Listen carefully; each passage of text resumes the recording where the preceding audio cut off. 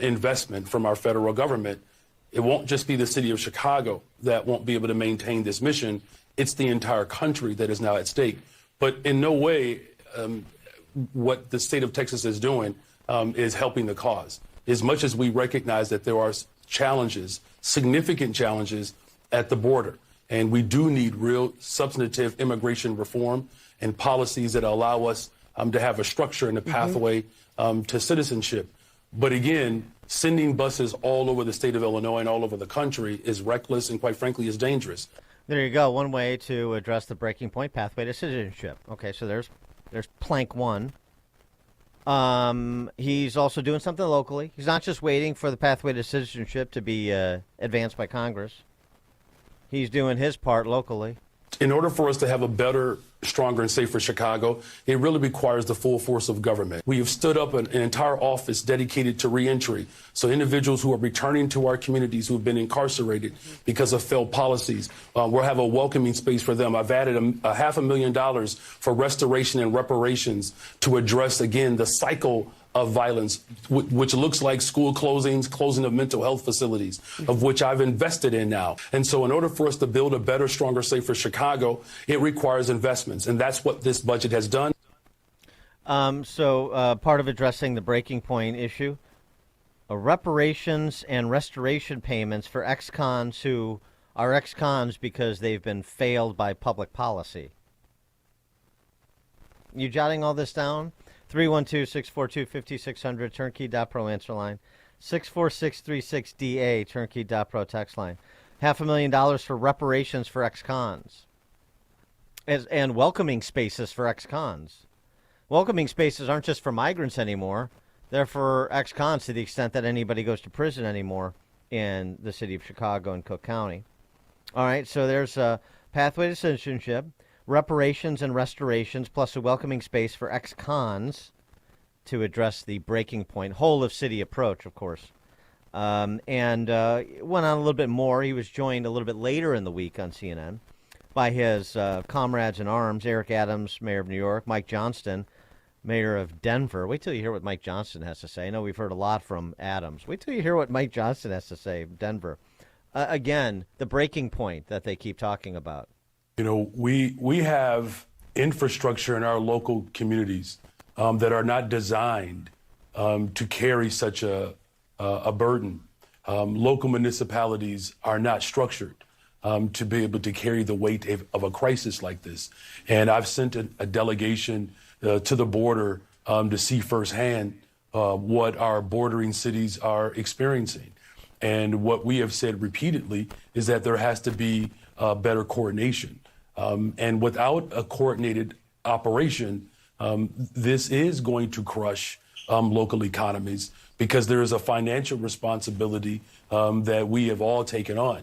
And look, the bottom line is this, for at least for my experiences, is that we have a governor in Texas that is governing out of fear. And what we need right now, we need sound minds. And that's why I'm grateful for the leadership of Mayor Eric Adams and the leadership of Mayor Mike Johnston, because we are working collectively together to be able to bring some structure around this crisis. And how's it going? I love these generic descriptions of the breaking point and the crisis that we're facing and so on and so forth. Really, the city of Chicago government is not equipped to handle 30,000, 40,000, 50,000 people coming in? What if 30 or 40 or 50,000 people migrated from surrounding states to Chicago? Well, what's the delta, I guess, between those two groups? Why is the city not equipped, as you say? Oh, by the way, you may have also read that BLM Brandon is repurposing $90 million in COVID funds to be migrant funds. Oh, money's fungible. COVID funds, unused COVID funds, returned to the federal government? The heck you say. Mike Johnston, mayor of Denver, since he was invoked, he's not here to tell you just about the breaking point. He's here to tell you what is and isn't un-American. And let me tell you something. If you're not on board with the Johnston-Adams-Johnson program, you're un-American. There's nothing more un-American than allowing someone to come to this country and pursue the American dream, and then once they get there, denying them the chance to work. What we need is everyone that gets paroled into this country should have the ability to work as soon as they enter. They should have federal dollars to help support them in the cities that they arrive in. And we should have a coordinated national plan for where those folks arrive. I mean, Mayor Johnson in Chicago talks powerfully about America knows how to do this. We did it when we helped relocate refugees from Ukraine. We did it when we relocated refugees from Afghanistan. We had a coordinated system. Everyone had work authorization, and we had federal support, and that worked miraculously and beautifully. We know we can make it work here, too, and that's what we want to see our Congress do. That's why we're pushing Congress to act on those things. It's really remarkable. I mean, you see the pictures from the border, thanks to Bill Malughan's reporting over at Fox and so on and so forth. And for Mike Johnson, the mayor of Denver, to compare the situation with Afghan refugees, not really refugees, mainly Afghanis who helped American troops, worked with American troops on the ground during our presence there, 20 years, and they face execution at the hands of the Taliban, and we made commitments to them, and so we're bringing them here, many times connected with family and so on and so forth. To compare that, or Ukraine, again, connected with family, in a situation where they're being bombed into oblivion by an invading force. And you compare that to people who are economic migrants. I don't, again, begrudge them for seeking a better life in this country as opposed to the countries they're coming from in the developing world. But to compare those is more offensive to me than BLM Brandon's blathering on about reparations and restoration payments and welcoming spaces and so on and so forth. You see Mayor Johnston and your partners in crime, and I do mean crime there, Adams and Johnson. There is no limiting the population that is coming through the southern border. The populations in Ukraine and from Afghanistan are defined. They're limited. We know what they are. We have a substantive basis to make those decisions and commitments consistent with honoring those decisions. And here we have signals being sent by people like them to the world over. Come on over. We're being allowed in and then not allowed to work. Being allowed in, that's just because the federal government, with the support of these mayors and blue state governors, their blue state governors, are just saying, come one, come all. And then they want the country to pay for it. They want to socialize their problems the way Chicago does to the suburbs to the entire nation. We'll have more on this at 5:38. Take your calls. 312-642-5600. Turnkey.pro answer line. Now we turn it over to Mike. 28 degrees at 5:31 on AM 560. The Answer. Dramatic video this morning of a Japan Airlines plane engulfed in flames, making the rounds. Flight 516 apparently collided with a Japanese Coast Guard aircraft as it was attempting to land at the Tokyo airport, then streaked across the runway, fully engulfed in flames. The airline says the nearly 380 passengers and crew were all able to evacuate. However, 5 members of the Japan Coast Guard crew are unaccounted for. An opposition leader in South Korea is stabbed and in critical condition. Fox's Chris DeMeo reports. 59-year-old Lee Jae-myung, who heads the main opposition Democratic Party, was stabbed in the neck by an unidentified man in the city of Busan. His exact status is unknown, but police say he was conscious and not in critical condition when he was hospitalized. The attack happening when Lee walked through a crowd of journalists and others after touring the site of a new airport. The attacker posing as a supporter of Lee, saying he wanted to get his autograph before stabbing him. He was arrested on the spot. Chris DeMeo, Fox News. Tsunami warnings have been scaled back in many parts of Japan, left reeling by a major magnitude 7.5 earthquake and strong aftershocks. Damage is extensive. At least 48 are confirmed dead, hundreds injured or missing. Police tell us a New Year's crash that killed 2 and injured 5 following a concert in Rochester, New York, may have been a possible act of terrorism. The accident involved 3 vehicles early Monday morning. one of which exploded. First responders found at least a dozen canisters of gasoline in and around the car that exploded. Israel will be withdrawing several thousand troops from the Gaza Strip. The IDF made the announcement Monday. The nearly 3-month war on Hamas terrorists has taken a growing toll on the Israeli economy. Some lucky winner or winners will be starting off the new year right. After Monday's Powerball drawing, a single winning ticket was sold in Michigan, worth an estimated $842 million. 5 are hurt following a crash involving a CTA bus on Chicago's west side. The people in the sedan that hit the bus fled. 1 has been arrested. An investigation continues after a body was found on the Calumet Riverbank on Chicago's south side. The discovery made early yesterday in the 2100 block of East 130th. No one is in custody. A woman is charged with child endangerment after 4 young children were left home alone on New Year's Eve on Chicago's west side. Officers found the children in a home in the Austin neighborhood on Sunday. Bulls take on the 76ers tonight. Blackhawks aim to bounce back from an ugly loss when they take on Nashville. Bears begin the wrap-up of their NFL season when they visit Green Bay on Sunday. Big one in the Big Ten. Number 9 Illinois, unranked Northwestern will go for their and Northwestern each go for their 4th win in a row when they play at State Farm Center later on tonight. The news, a service of the AM 560 store. T-shirts, hoodies, and more from your favorite AM 560 brands, including Proft University. A check of traffic and weather on the way next on AM 560. It's a new year, and that usually means a clean slate. But looking to the future, this country faces many challenges. Oh yeah, there's that thing called an election this year. But don't worry, we'll be here to give you fresh, intelligent ideas to meet the challenges of the future. Plus, election coverage you can count on. Here's to an insightful and memorable 2024.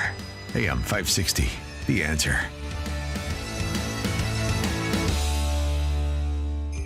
Tis the season. For something fun to do with your crew, load them into the family truckster and head to Gobert's Farm in Pingree Grove, where there are 2 separate light shows for families to experience and love. The Gobert's Christmas Drive-Thru Light Show is open now and sure to dazzle. A perfect outing for friends, family, or a cool date night. Take in the wonder of it all.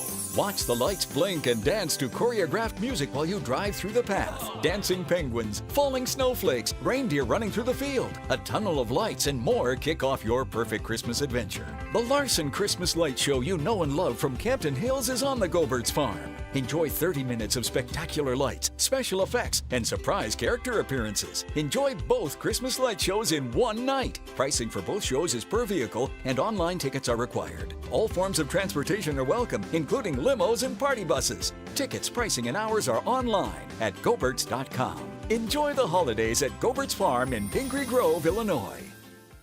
Do you own an annuity? Some annuities have high fees, risk of principal loss, and very few benefits compared to cost.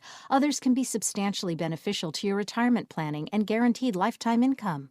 Find out what annuities are best for you by calling now for your complimentary annuity review at 844-619-SAFE. It's only available for a short time, so call 844-619-7233 and join Mark Kohler for the Retirement and Income Radio Show, Sunday afternoons at 3:30 on AM 560, The Answer. Hi, this is Carl Amari. I'm Lisa Wolf. Join us every Saturday night beginning at 8 p.m. for all things entertainment on Hollywood 360. If you love classic radio shows, The Shadow, Jack Benny, The Lone Ranger, Dragnet, Gunsmoke, and many more, we have them for you on Hollywood 360. We'll also present trivia contests with prizes, showbiz news, celebrity interviews, games, and movie reviews. So don't miss Hollywood 360 every Saturday night beginning at 8 p.m. on AM 560, The Answer. Think O'Reilly Auto Parts for all your car care needs.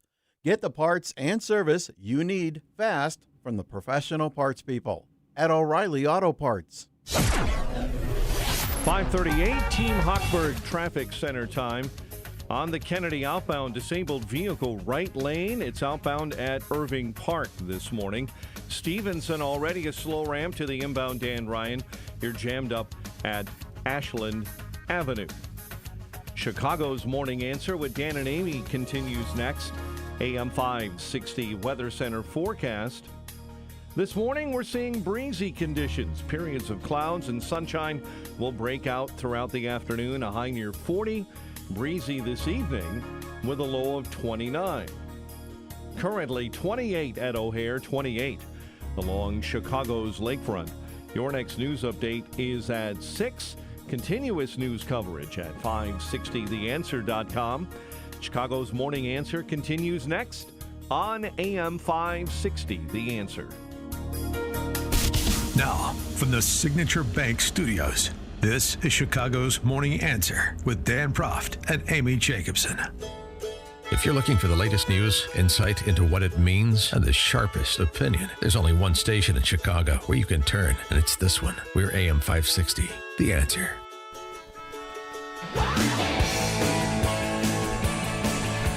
Top of the morning and top of the year, Dan and Amy, we're talking about the socialization of migrant relocation to Chicagoland now, as was inevitable, as we told you would happen. Over the holidays, it happened in some significant degree. It's migrants everywhere, and not an awful to think. That is. God, they landed in Hinsdale. Since I spoke with you, they had 49 buses have arrived at train stations in DuPage County containing 2,081 passengers. Migrants everywhere, and not an awful to thank. Pardon my Coleridge there. So where are they? Hinsdale, Glen Ellen, Oak Brook, Downers Grove. We've got the reports. I posted some of them over the holidays, the EMRS reports of the trains and buses and planes bringing migrants all over to the suburbs. Elmhurst, Oak Brook, where are you? Yeah. How's it going out there? 312-642-5600, turnkey.pro answer line. 646-36DA, turnkey.pro text line. I got to tell you, it was so bad that the Grundy County Sheriff, did you hear what he did? My sister's driving back from St. Louis, and on the I-55 billboard, you know how they have those digital signs? It said, no migrants drop off on this exit. Here he is. Law enforcement officers are to respond to that area, speak with the bus driver, make sure that they know where they're going, and try to encourage them to keep going. Yeah, just send everybody to Chicago. That's what Woodstock and Grundy's like or you drop them off and you tell them they're in Chicago, because what's the difference? They basically are. But they're wearing blankets. I mean, the people in Hinsdale were all up in a flutter. Their panties were in a bunch. Like, but they're not properly dressed and they're wearing blankets. The media forays of one BLM Brandon over the holiday, talking about the breaking point and how somehow a city of 2.7 million, a region of 8 million, can handle a few tens of thousands of migrants without crumbling under the weight. Doesn't sound plausible to me. That's because it's not. And describing what's going to be done in response to the lack of infrastructure. And the response to lack of infrastructure is $90 million in COVID funds being repurposed to migrants, and rattling your tin can in front of Jelly Belly, and rattling your tin can in front of Biden, and coming up with $500,000 for reparation payments to ex-cons. I don't know what that has to do with this topic, but he chose to introduce it, did BLM Brandon. And, of course, demonizing Greg Abbott and the right as somehow the responsible party here, as BLM Brandon did on CNN. What is very clear is that not only are we providing mental health related services as well as vaccinations and health screenings, and providing medical health care for these families when they arrive, the moment they get off those buses, we're not seeing that same treatment on the border. In other words, there's no health screenings, no vaccinations. That process at the border is absolutely raggedy and reckless, but we cannot. He's going to cling to the vestiges of Jefferson Davis when we should be pulling to the hopes and aspirations that were left by Frederick Douglass. We have to have a coordinated response to this humanitarian crisis. We cannot allow chaos to dictate and to divide this country. Of course he'd bring up Jefferson Davis. I mean, everything's about race with this guy. He has no clue what he's doing. And at the border, if he would have gone because he had an opportunity, I mean, they don't have time to screen people, health screenings, vaccinations. Is he out of his mind? They can't do. They're just getting them across and trying to process them and try to pick out the terrorists. We'll talk more about this to a former CBP head, Mark Morgan, at the bottom of the 6 o'clock hour. But let me just offer something in the new year, just to frame everything that a lot of, not everything, but a lot of what we're going to be discussing in the new year and this election year. Brandon Johnson, BLM Brandon, and Eric Adams, and that Mike Johnston, the mayor of Denver, who all appeared together, we were talking about before the break, before the news. And so many of these other open borders, pro-lawlessness, scientific socialists, and that's what they are. Scientific socialist is a term that was created by Marx to describe Marxism. So these are revolutionary identitarians, but that's revolutionary Marxists. And they're sympathizers and they're financiers like Jelly Belly, who's just a completely vacuous and empty vessel. He will do and go and underwrite whatever he needs to do and go and underwrite in order to aggrandize himself. But there were financiers of these Marxist insurgents and revolutions in the West from time immemorial. This is who they are. So understand what they're actually interested in doing. They say they're here to save our democracy. And you'll hear this with the Maine Secretary of State when we get to that topic a little bit later. Everybody here, all these individuals are going to save our democracy. But the unstated aim of their stated philosophy is to end our small r Republican form of government. That's the aim of the philosophy to which they cling. So how are they going to save something that they came to dismantle? They're not. And this is not a situation of they're coming to burn the village to save the village. No. They're coming just to burn the village, full stop. These mayors you heard from over the holidays, this president who's a dilettante and essentially, like Pritzker, an underwriter of these forces, they are coming to burn the village, full stop. 312-642-5600, turnkey.pro answer line. 64636DA, turnkey.pro text line. Richard in Blue Island. Hey, Dan and Amy. I think BLM Brandon remastered an Alice Cooper song called Welcome to My Nightmare. I think you're going to like it. Thanks for the call, Richard. Karen and Beecher. Oh, my goodness. Good morning, Dan. I have never missed your righteous indignation more than I have during this holiday absence. And your clarity. So down here in little old town of Beecher, the headline on our Beecher Vedette was asylum seekers are trying to find their way through the south suburbs. I take great umbrage at that title. First of all, Beecher is not a south suburb. We are part of Eastern and South Will County. I've been fighting that for 23 years, but whatever. But asylum seekers, no. They're illegals. They were trained in and dumped off at the University Park train station. Mm-hmm. Right. They did that ordinance just like you had on your Facebook page. A little bit too late, and then they're all walking down Route 50 and Governor's Highway, and I am the greatest Scrooge of the world because I refuse to use any other word but infiltration or illegals. And I don't care. I'll take the slings and the arrows. But what a great gift to me that I have your righteous indignation. Thanks for the call, Karen. Well, here's the thing.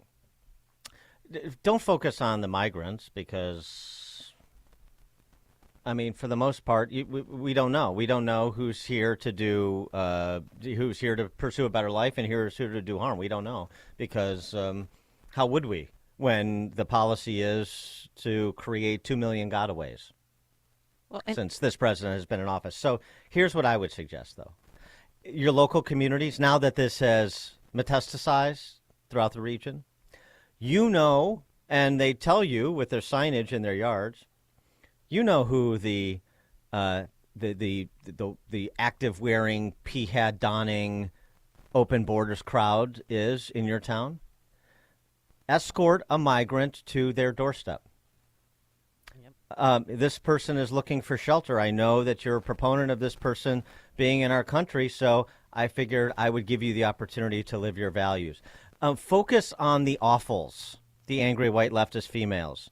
And the male impersonators that are married to. In the communities in which you live, in the neighborhoods in which you live, you know who they are. This is a moment. This is a moment to be proactive. And also focus on your city leaders, black, white, whatever, male, female. I mean, the Matson Village president, Sheila Chambers Curry, everybody's passing these ordinances to make sure no buses, no illegals are dropped off in their part of the world. The message is, don't just drop off individuals into our community. Don't do that to anyone. It's inhumane to do that. Who cares? Who cares what she thinks? Who cares? I'm just saying that every Aurora, now every single town, village president or mayor is starting these ordinances. Yeah, exactly. These ordinances, 3 months, because it's in their living room now. Yep. There's nothing redeemable about this. You're way too late. There's no foresight here, and all these, the Dutch boy with the finger in the dike business. Forget it. Focus on who brought the policies that brought the migrants. So, yeah, it includes your elected officials, but the same people who brought the policies that brought the migrants elected most of your elected officials in most of these suburbs that are dominated by men and women of the left. There are exceptions, of course, but for the most part, you think there's anything interesting that politicians like this goof from Matson have to say? Oh, now you're going to tell me what's humane and inhumane. You know what's inhumane? The policies that you support and the politicians you support. Mayor Chalmers Curry. Give me a break. And no one's calling out Biden except for Alderman Hopkins on CNN, which I was like... Alderman Hopkins. Which I know you hate. Forget it. Focus locally. This is a moment. Which part of this is complicated? Well, if you're not going to bring hand-to-hand rhetorical intellectual combat, if you're not going to bring this to people directly in where you live, in your neighborhood, don't bitch to me about Biden or Pritzker or BLM. I'm talking about where you live. In Hinsdale and Glen Ellen and Downers Grove and Oak Park. Oh, the suburbs are gone. The suburbs are gone. What are you doing about it? This is an opportunity to bring them from the train station, from the bus drop-off, and to Starbucks in downtown Hinsdale. To Mrs. Smith's door in Glen Ellen, who you know, and you know exactly what she is and what she proposes. And frankly, yeah, the elected officials, too. Fine. Bring them to Chalmers Curry's door. Bring them to all these state legislators' doors that were all these scientific socialists in the suburbs that have taken over the suburbs because of. 312-642-5600. You can also reach us on our text line, which is up and running. 64636. Type in DA, then a quick comment. Take action. They want chaos? Give them chaos. Yep. Here is your migrant that you sponsored to come here. I hope you're happy together. And again, I'm not using people as political footballs or mascots. That's what they did. That's what they have done. That's what they're continuing to do. It's inhumane what Chalmers Curry supports and what all of these other active-wearing, pea-hat, scientific socialists in the region support. That's what's inhumane. Put it right back to them. This is the moment, if there's going to be one. Sandra on 290. Good morning. The Walgreens over there at Edgewater, I was trying to get into the Walgreens. There's people begging for money because they're at that park district right there, and this is all over. All I see them is on the corners. begging for money. When my parents escaped communism 50 years ago, my dad slept on a billiard table the first 2 weeks of his life, found a job in an apartment. And he didn't beg for anybody's cash. So we have 50,000 people begging for money at corners and in front of Walgreens for the next how long? I mean, this is crazy. Thanks for the call, Sandra. Give them the address of where to go. Give them the addresses of where to go that you know. Of people you know that are the welcoming that want this. Welcoming places, welcoming businesses, welcoming communities. Give them the addresses. This is not on the people who have come over the border illegally or with phony asylum claims. This is on the voters, the Biden, the federal minister, the governor, the mayor of Chicago. This is on your neighbors. Sorry, but it is. That's the only way you become a sanctuary state, as Illinois is. This is on the people you know. Now, are you willing to confront the people you know about this? It's real easy to bitch about politicians. Well, on an ancillary issue, Alderman Lopez was on one of our last shows of 2023, and he said we're giving them money anywhere, and he doesn't know, anywhere between $2,500 to $9,000. He said that's why a lot of people were sleeping in tents, because they were pocketing that money, shipping it home to send other relatives here. Why not? America. Why not? I mean, he's like, why would they? It was warm outside. It was nicer than it was on the walk up, on the mile journeys that they took to get to the United States. So what are we doing? We got to cut off the money supply too. Or if you give them a rent voucher, they have to use it for rent. Okay. I mean, honestly, the idea of what we have to do here with respect to border security and the perverse incentives that we provide, everybody gets it. It's a simple question. Just cut through all of that noise and nonsense, because there's no interest in doing anything that Ray Lopez has to say or that we have to say. There's no interest in the political class in doing that. Is that confusing to anybody? You think, BLM Brand, I never heard that idea. J.B. Pritzker, oh, gosh, that is a good idea. I never heard that one before. Biden? Of course not. So stop wasting your breath. Focus it locally where it matters. In your neighborhood. I mean, next door. I know it's uncomfortable. But what's the alternative? What's the alternative? Do you want to take up this fight, policy fight, intellectual fight, or not? Or do you just want to take it up online and on the radio? Scott and Aurora. Hey, I think you kind of segued into my question, which was I was curious if this isn't a funny question, but if they're also dropping these migrants off in Delaware, which is Biden's hometown. We've done a lot of work in Glen Ellen, and I've seen a lot of Biden signs out there where Biden ran his campaign on this, on exactly what's going on right now. They ran their campaign on it. Yeah, thanks for the call, Scott. Yeah, have there been drop-offs in Wilmington? There was one, I remember. I seem to remember. Just like there was one in front of VP Kamala Harris's neighborhood. Yeah, more of that, too. So, yeah, go there, because now their minimum wage is $17 an hour in D.C. Everybody should want to go there. There are plenty of migrants to go around. All you have to do is watch Bill Malugans reporting from the border. Plenty of migrants to go around. And they're happy to be here. And the way to make them happier is to give them more. And the way to give them more is to make sure they get exposure to the beneficence of the wealthy dilettantes who've advanced these policies into law. Right? Joe in Hoffman Estates. Hey, good morning. I'm trying to figure out why these mayors are even complaining about this when they're the one that put the welcome sign up at the front door, and they expect Greg Abbott to bear the burden of all these migrants, and he didn't. I just can't figure this out. The argument's crazy. Thanks for the call, Joe. I don't think they're really complaining. I don't think they're really upset. I think this is mostly performative because it's a shakedown.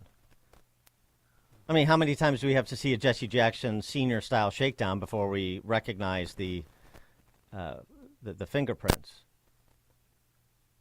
It's a shakedown. Of course they want more migrants here, and of course they want them to be dependents on the state. That just increases their voter base. And I'm not talking about migrants because they're migrants. I'm talking about state dependence. That's the key. That's why it's the rental assistance and this and that and more and more and more. We'll repurpose COVID funds. I need more from the state. I need more from the feds and so on and so forth. More, so we can distribute more, so we have more dependents. So we stay in office for more years. They're not upset. Mary Kay, Western Springs. Hey, good morning, Dan. Thanks for posting the bus schedule because I was out and about and watched a bus turn into the Oak Mall. It was so busy, of course, and they drove right over to Macy's where the bus station is, the Pace buses are. It was unlike anything I've ever seen in my life. Women were posting online here that they would have helped if they had known. Of course they would have helped, right? People cruising through Hinsdale, walking, didn't know where the hell they were going. Mary Kay, we're up against it. We're up against the clock, but thank you for that. But they're posting online. I would have helped if. Yeah. Well, right. You have their name. You have their name. You know who they are. Send them over. Coming up on Chicago's Morning Answer. At 6:06, the Maine Secretary of State, if it doesn't work out for her in Maine, I know Pyongyang is looking for election administrators. That's 6:06. Today, breezy, clouds and sunshine, a high of 40 degrees. It is 6 a.m. WIND, Chicago. Two planes crash into each other. I'm Dave Anthony, Fox News. It happened on the ground in Tokyo. A Japan Airlines flight that just landed collided while taxiing with a Japanese Coast Guard plane. 5 crew members on that plane were killed. The pilot escaped alive. And if you've seen the video of the big jet on fire, flames engulfing the whole thing, it looks worse for the passengers than it was. All 379 people on board the Japan Airlines plane evacuated safely. This as the search continues for earthquake victims amid aftershocks. All tsunami warnings have been lifted in Japan after a series of earthquakes triggered the country's highest level alert. The quakes, including a powerful 7.6 magnitude tremor, ignited fires and collapsed buildings on Japan's main island, Honshu. And it's feared more victims are buried in the rubble. Fox's Claudia count, at least 48 people are dead, thousands of homes and buildings destroyed. 2 cities in Ukraine came under Russian attack again today. A barrage of missiles aimed at Kyiv and Kharkiv left at least 4 Ukrainians dead. Days after Russia's biggest aerial attack since the war started killed 41 Ukrainian civilians. The war in Gaza rages, with heavy fighting reported in the city of Han Yunis today, with Israel continuing to target Hamas militants, even though Israeli forces are scaling back, withdrawing thousands of troops in other areas of Gaza. And announces that some reservists will return home. The shift in strategy comes as Israel continues to launch fresh airstrikes across Gaza. With a new year, many of Gaza's youngest residents, now sheltering in the city of Rafah, hope there will soon be a pause in the fighting. Fox's Trey Yingst in Tel Aviv. A lot of drama in the college football playoffs. Michigan beat Alabama 27-20 in overtime, and then Texas-Washington came down to the last second. Ewers lobs it up, and it is incomplete. Washington hangs on and wins. They beat Texas 37-31 on ESPN, setting up the national championship game. Michigan, Washington next Monday. America's listening to Fox News. 28 degrees in Chicago at 6:02. On AM 560, The Answer. Good morning. I'm Mike Scott.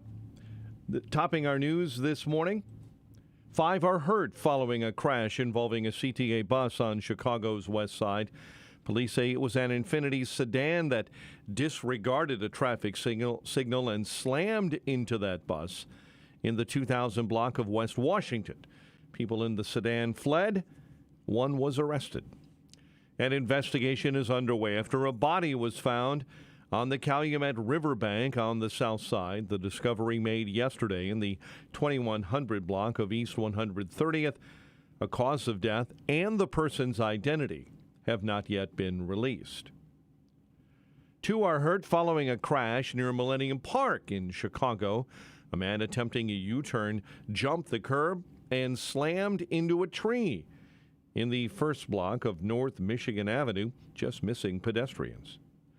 A woman is charged with child endangerment after 4 young children were left home alone on New Year's Eve on the west side. Dominique Bishop Smith is charged with 4 misdemeanor counts of child endangerment. Chicago sports. Bulls go for a home-and-home sweep of Philly The two teams meet at the Wells Fargo Center tonight. Blackhawks looking for a bounce back after an ugly loss to Dallas. They take on Nashville tonight. College hoops, number 9 Illinois, unranked Northwestern, each going for their 4th win in a row when they take on each other at the State Farm Center tonight. Michigan moving on in the college football playoff national title game, downing Alabama at the Rose Bowl, overtime, 27-20. The Wolverines will now face Washington. Took down Texas in the last second at the Sugar Bowl, 37-31. The news service of Salem Surround, a local digital marketing agency. Go to surroundchicago.com today.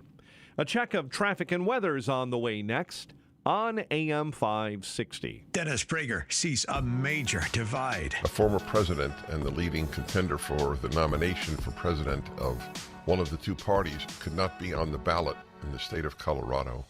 This is a dividing line that is unbridgeable. It was a despicable, America-crushing decision by tyrants. They're just tyrants. The Dennis Prager Show, weekdays at 11, right before Charlie Kirk at 1 on AM 560. The Answer.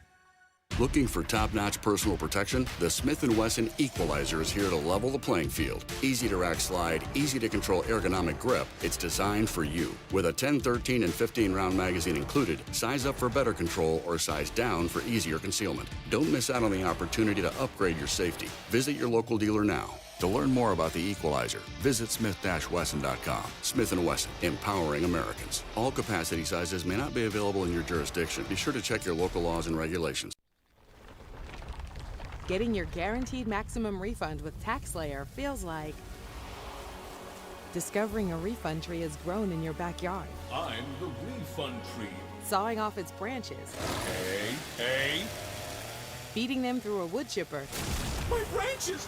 My beautiful branches! And dancing in its refund rain. Start for free and get your guaranteed maximum refund. TaxSlayer. File fearlessly. Don't let everyday aches and pains keep you from living your best life. I don't think I really understood what people meant when they talked about pain until I started feeling it myself. Start feeling better every day with Relief Factor, a daily supplement designed to support your body's fight against aches and pains.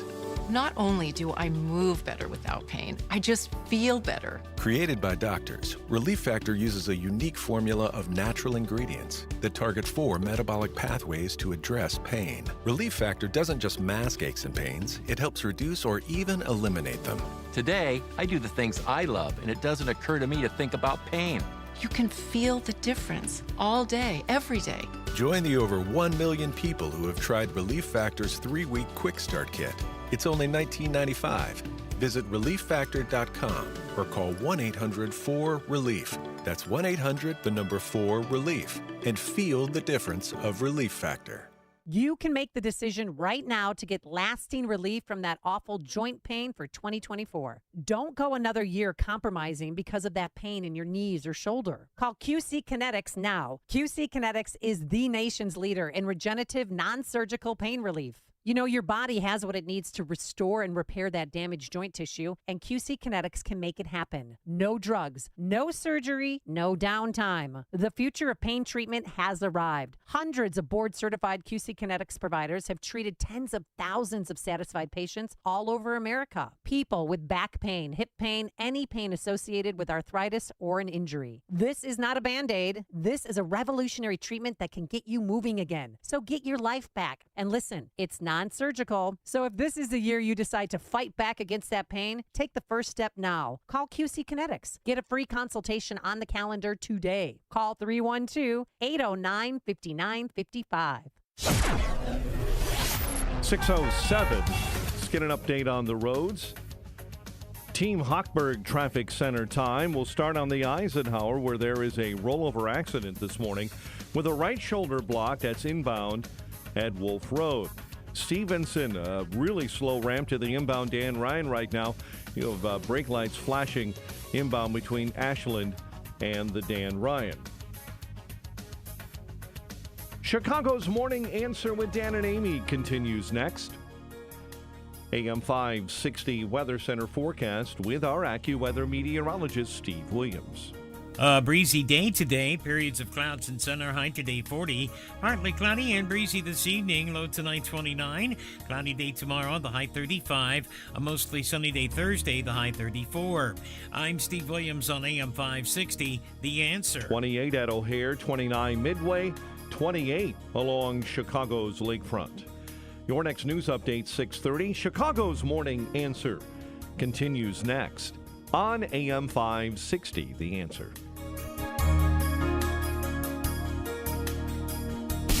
Now, from the Signature Bank Studios, this is Chicago's Morning Answer with Dan Proft and Amy Jacobson on AM 560. The Answer.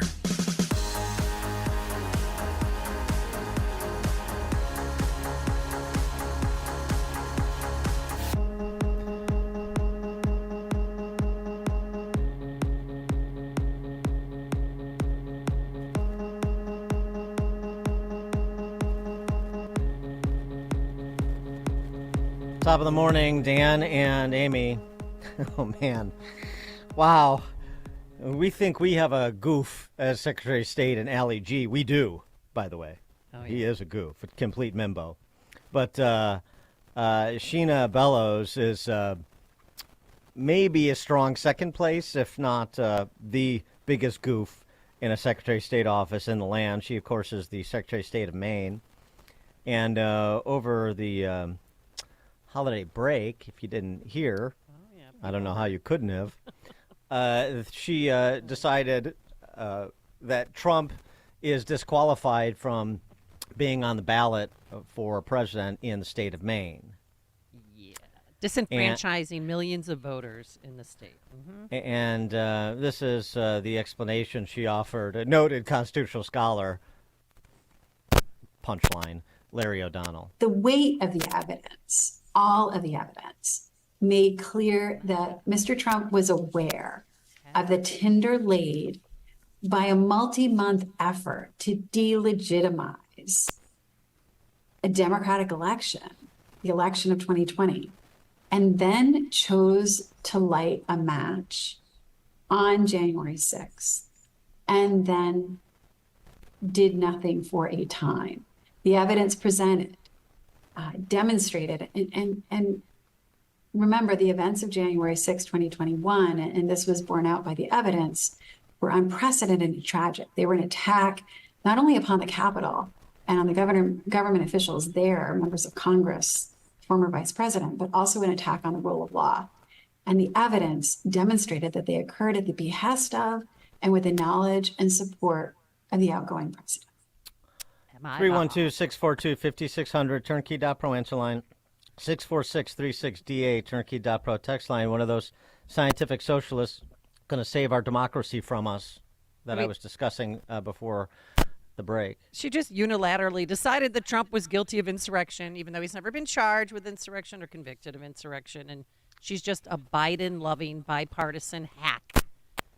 Stephen Chang, the Trump's campaign manager, has just said basically the Maine Secretary of State is a former ACLU attorney, a leftist, hyper-partisan, Biden-supporting Democrat who's decided to interfere in the presidential election on behalf of Joe Biden, or crooked Joe Biden. She also ran for Senate against Susan Collins in Maine, so her aspirations don't stop at the Secretary of State's office. This may have something to do with her decision, too, her own political aspirations. But, you know, gosh, I certainly wouldn't want to impute anything but the most honorable motives for Secretary of State Bellows. Jen Griswold, she is a doppelganger for Bellows. She's a Secretary of State in Colorado. Of course, the Colorado Supreme Court came to the same decision as did Secretary of State Bellows in Maine. And here's what Jen Griswold had to say about both Bellows and the situation in Colorado, where despite the Supreme Court's decision, because they've provided leave for appeal, Trump's name will appear on the ballot in Colorado, which is a Super Tuesday state for now. But in Maine, I think Shanna Bellows made the right decision in agreement with the Colorado Supreme Court. Donald Trump incited an insurrection to try to steal the presidency from the American people. Section 3 of the 14th Amendment makes it very clear that elected officials can't do that and then serve in office again. And I don't believe there should be some loophole in the Constitution that puts only Donald Trump above the law and Constitution when he incites rebellion or incites an insurrection. The other thing I would say is I do think Secretary Bellows is brave and courageous. She is the first individual by herself having to make this decision. And we are acutely aware of the threat environment that we work in.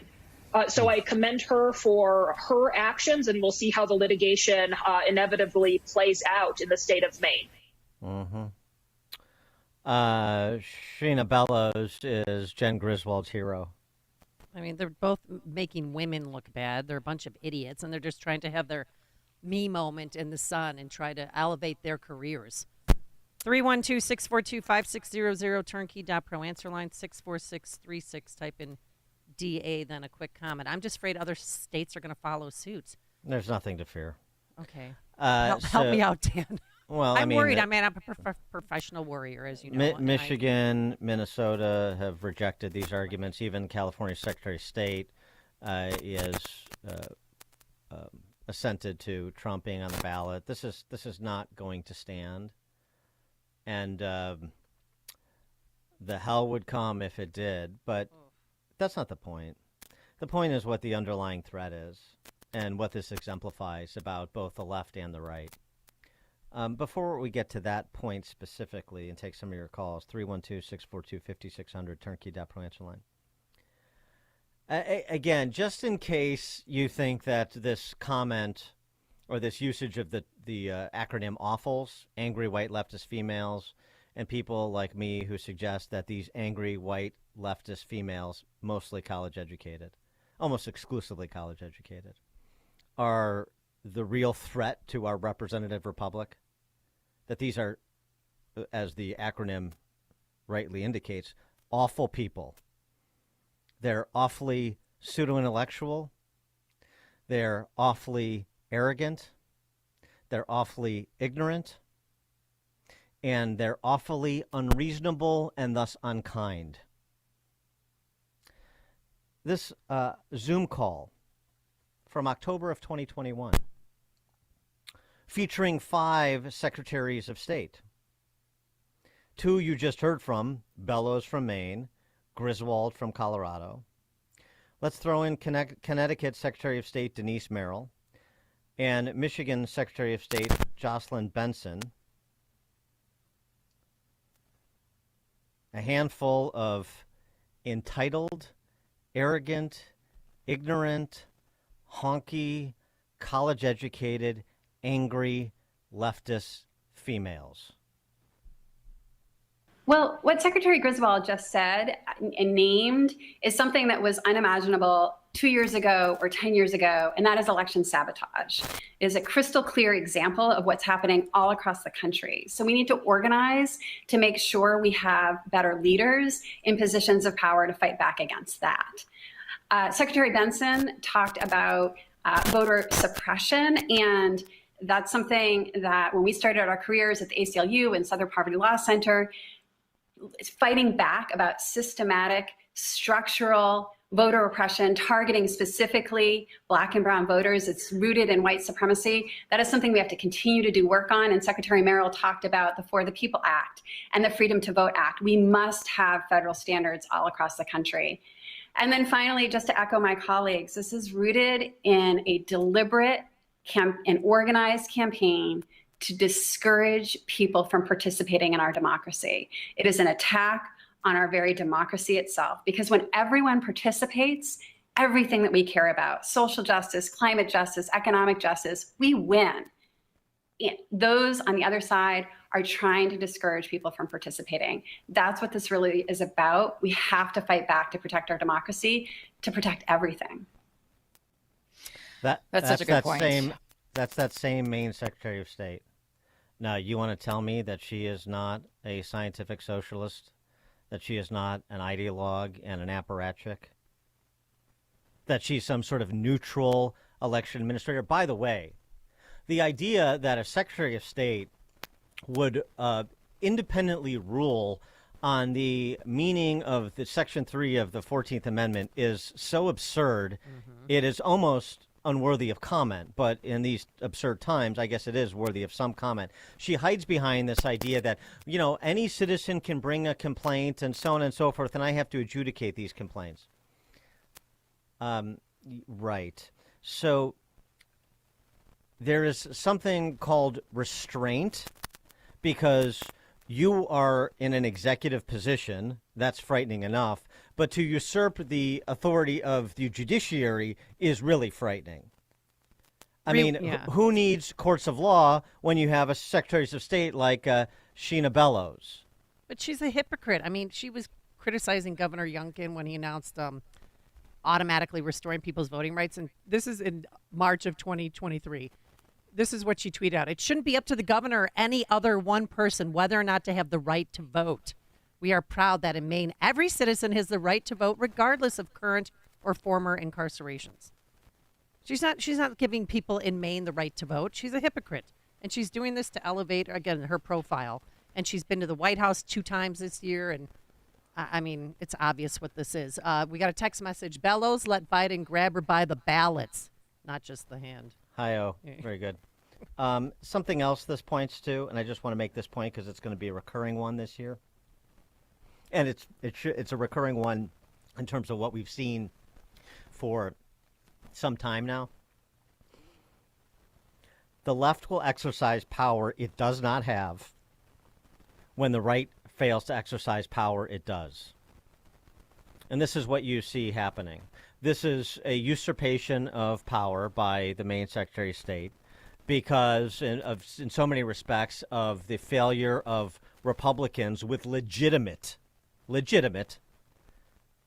political and cultural power to exercise that power. We see this all the time. The left will overreach and the right won't even exercise the power that is duly conferred to a particular official or to a particular cultural and political leader. And the result is this sort of chaos. And something else, too, to remember about the left. Being a scientific socialist, being a Marxist, which is what that is, has a singular aim in the real world. Forget all of Marx's high-minded rhetoric in 1848 in his Communist Manifesto, or in the subsequent several decades in his dissertations with Frederick Engels. It comes down to this singular aim: their material well-being at someone else's expense. When they say save our democracy, they're saying save my sinecure, save my title, save my social status, save my material well-being at someone else's expense. That's the whole ball game. It's the whole thing boiled down. Antonio in Bolingbrook, you're on Chicago's Morning Answer. Good morning, Dan, Amy. Happy New Year. Happy New Year. Ironic. You have an appointed Secretary of State in Maine. They're not elected. They're appointed, defending democracy in our republic. And, I mean, people should start pushing back against people that keep claiming democracy. We're not a democracy. We may have democratic processes to elect representatives, but we are a republic. And that's part of the Marxist push of democracy. That's why the Democrat Party is called the Democrat Party. Right, direct democracy, right. Thanks for the call, Antonio, as opposed to the representative republic. And again, the unstated aim of their stated philosophy is to end the representative, small r Republican form of government. This couldn't be more clear. And it should be stated with clarity. Ray in Barrington. Hi. Well, first, it's interesting to see that Clark Griswold's wife found employment in Colorado. Hi-oh. Yeah. Sometimes you got to be stupider than them to show how stupid it is. Why don't we find some counties, Republican counties, and have a county public official declare Biden will not be on the ballot? All right, Ray. Well, I mean, and again, the point that was made about these ballot challenges to Trump is, you start having this patchwork of laws and decisions related to interpretation of the 14th Amendment, Section 3, then you're just inviting political retribution across the land. And this is why the Supreme Court has to intervene and will. When? Bob, do you think they will by the end of the week? I think they will in short order, but within the deadline that was that's right, January 4th. The deadline that was offered by the Colorado Supreme Court, I suspect, particularly after what happened in Maine. I'd be surprised if they didn't. Shouldn't Republicans fight back now and try to get Biden off the ballot? I mean, he's essentially is creating an insurrection with an unsecured border where 8 million, maybe 9 million people are invading this country. I think that is more the province of an impeachment discussion than it is removal from the ballot. I think you want to take the high ground here and let the Supreme Court weigh in. I think you don't want to go tit for tat. I think you want to distinguish what the two parties are and how they behave. One exercising some proper restraint and the other completely unrestrained in terms of overreaching. So this, but again, he would say we believe in the checks and balances. We believe the judiciary should be the judiciary and executive officials should operate within the confines of their responsibility to execute the law. So that to me is not an abdication of the right not using its political power, but they should be making these arguments now to use their cultural power to make sure that the distinctions between the two parties are sharpened, and thus the representatives of those parties. And it bothers me, too, that Bellows is being celebrated by the left. And we've just exclusive with her on MSNBC and CNN. And please. Well, of course she is. Of course she is. I mean, so just like Alvin Bragg is, just like Fannie Willis is, just like Jack Smith is. This is, again, the other side is ends justify the means. This is another opportunity to draw distinction. You want to live in a society where might makes right, then you're not going to live in a free society, and you're not going to like what follows. If you don't like what's happening now, you're really not going to like what happens, what follows. So you can't give up on elections, and you can't concede to the philosophy that might makes right. Bob in Buffalo Grove. Morning, Amy and Dan. Good talking to you. Hope you had a happy New Year over the weekend. And I think it might have been in a tweet. I saw a new word: insurrection, fedsurrection. We still haven't out how much the feds were involved in J6, and hopefully gets elected, or we get the House to look at. We took. Thanks for the call, Bob. John Piatone. Hi there. I live in Piatone, and obviously, and I can't help but laugh at the lady that called in from Beecher. Beecher is an extremely left. War. Yeah. Well, they're an extremely left-wing community, as is Matson, as is University Park, all around us in Will County. Oh yeah. This would be my 36th election being a judge, and I was in Beecher, and because I was a Republican judge, they did all they could to get me out of there, and I am. I'm back in areas like Frankfort now, but Beecher, you're getting exactly what you have voted in, and you have leaned to. We laugh at you. That's all I have to say. Well, and people should take them in. I mean, honestly, live your values. All these people have room in their homes. If you don't have room, make room.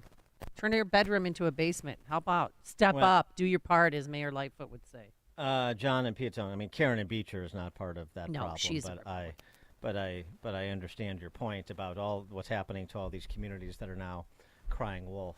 Dan and Amy, Chicago's Morning Answer. Hear about the big stories of the day, then talk about them right here on Chicago's Morning Answer on AM 560. The Answer. This is Jerry Boyer for Townhall.com. Markets now believe that the Fed will stop fighting inflation and even go back to monetary debasement by spring. But inflation isn't really beaten yet. And with the Fed caving in and the administration stubbornly sticking to the anti-growth agenda, it likely won't be. Let me be clear. The proper target rate for inflation is 0. Any loss of purchasing power due to debasement of currency is the moral equivalent of theft. America is in a perilous dilemma. If the Fed cuts rates, inflation will persist. If it keeps rates high, then the government will have trouble keeping up its debt payments. That's how bubbles work. Once they've formed, there's no easy way out.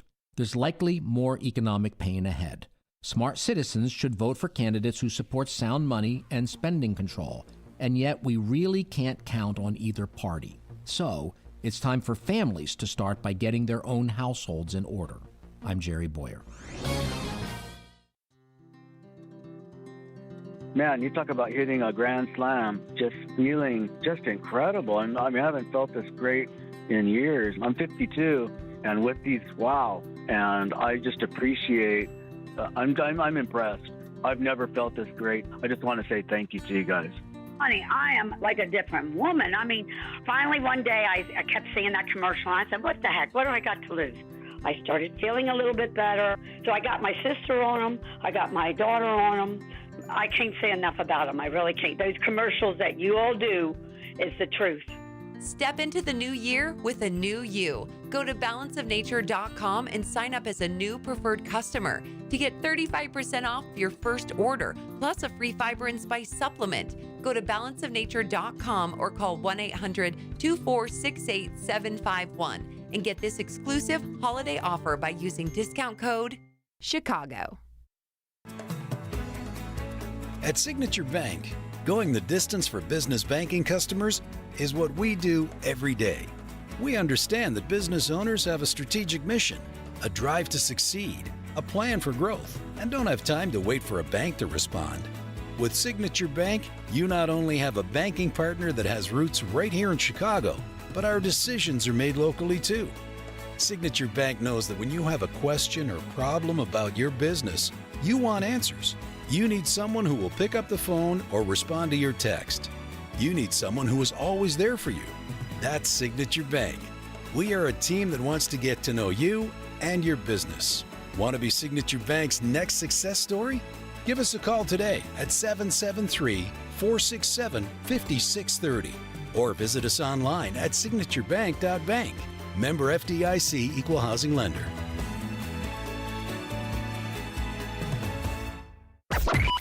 AM 560, The Answer. All right, coming up on Chicago's Morning Answer. We'll return to the border, but we're all border states now, right? Mark Morgan, former head of Customs and Border Patrol, joins us, Border Protection, joins us at 6:36. But now let's head into that newsroom and say good morning once again to Mike Scott.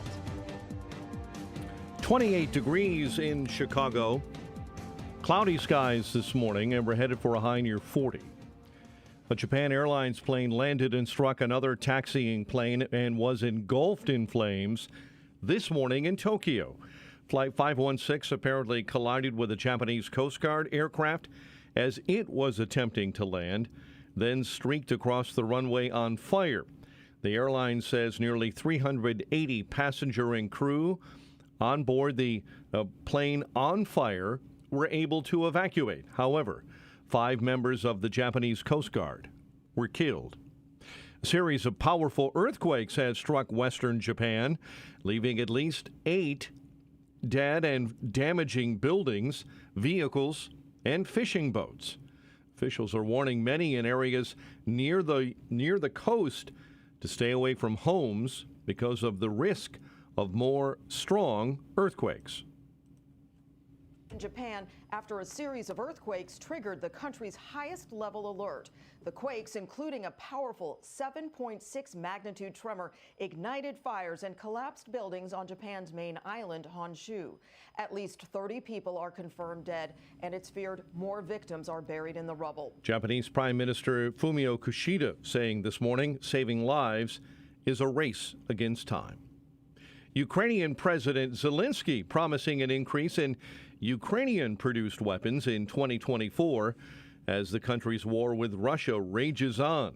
Meantime, Russia launched a record 90 Shahed-type drones over Ukraine during the early morning hours of the new year.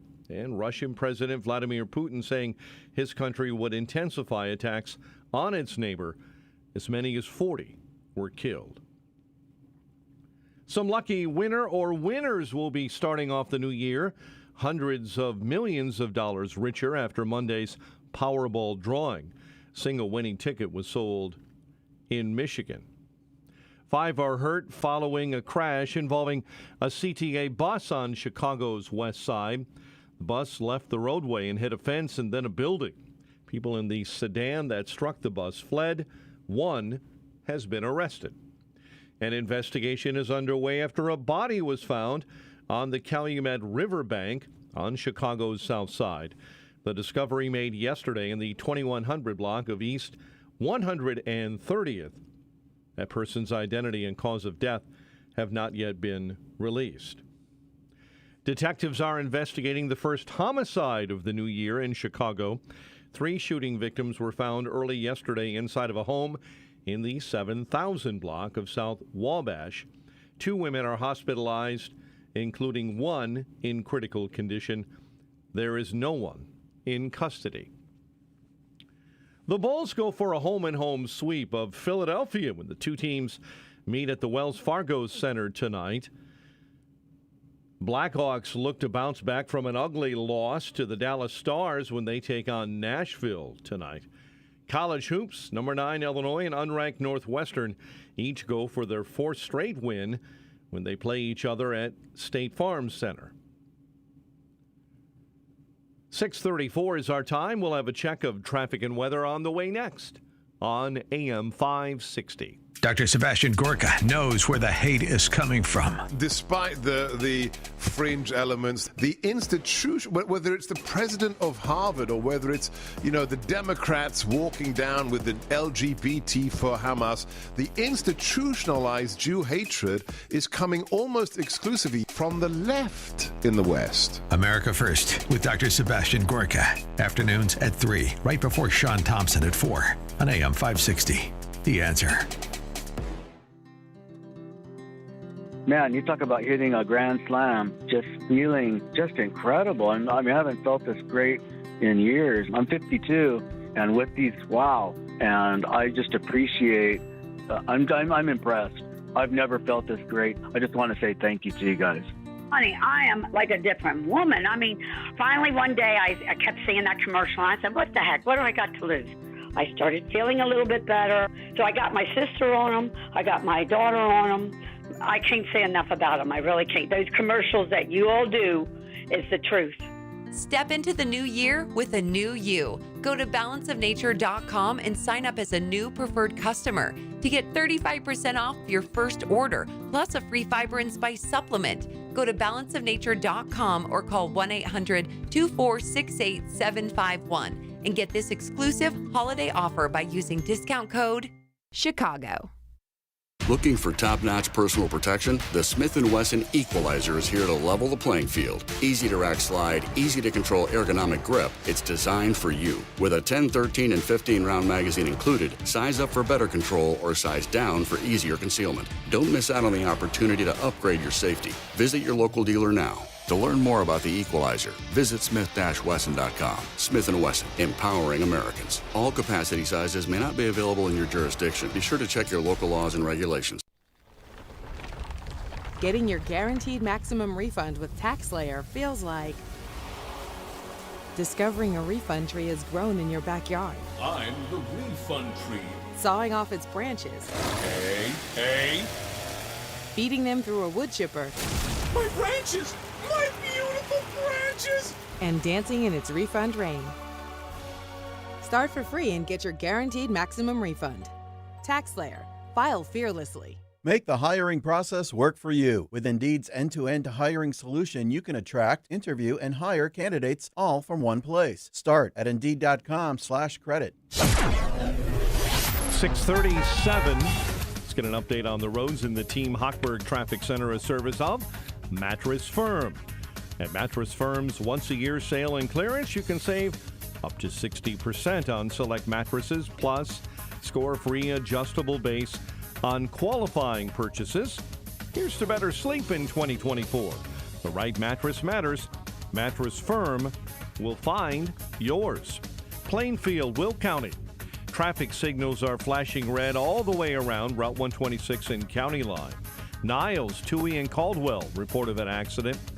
This morning, an accident reported on the outbound Kennedy. Between Ontario and Augusta, a left lane is blocked. Chicago's Morning Answer with Dan and Amy continues next. AM 560 Weather Center forecast. A breezy day ahead. We'll have clouds and a bit of sunshine and a high near 40. Currently 27 at O'Hare. Your next news update is at 7. Chicago's Morning Answer continues next on AM 560 The Answer.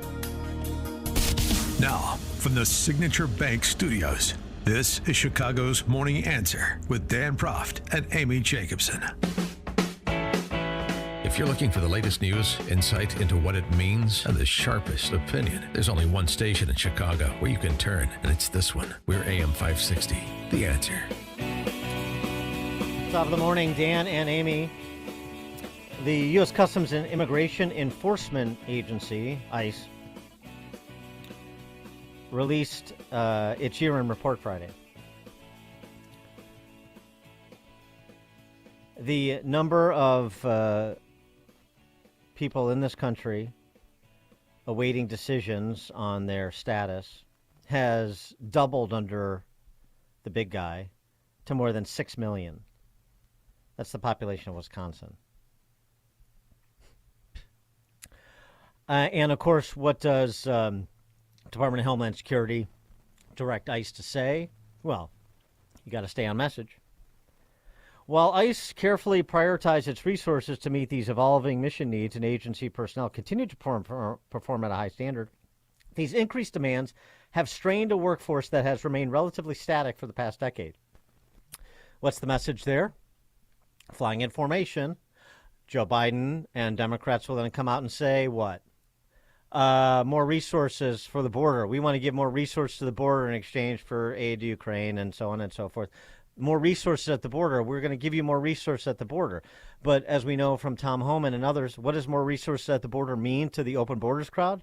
Nothing. Well, it does mean something. It means more agents to process and move migrants into this country faster. Right. They got to change their policy, not the number of agents down there.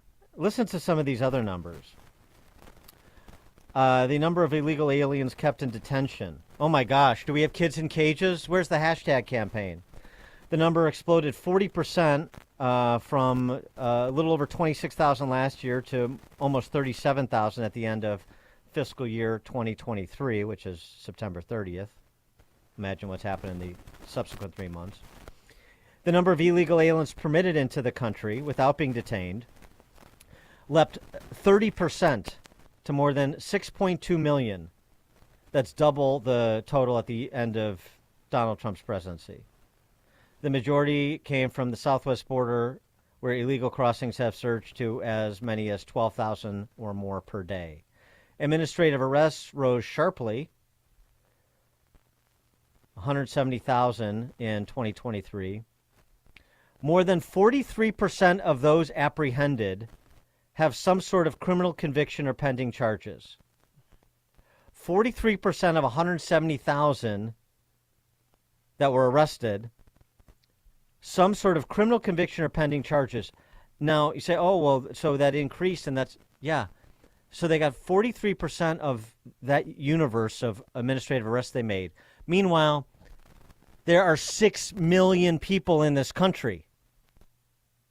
So for every arrest that was made when somebody apprehended with a criminal conviction or pending charges, the question, of course, is how many entered and got away who have the same or worse profiles? And the answer is, we don't know.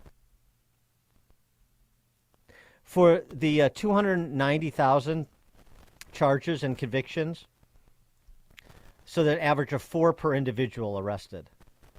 These include many serious charges for convictions like 1,713 charges for convictions of homicide, 1,655 for kidnapping, 4,390 for sexual assaults, 33,209 for assaults, 3,000 robberies, 7,000 burglaries, 7,500 weapons offenses. That's just for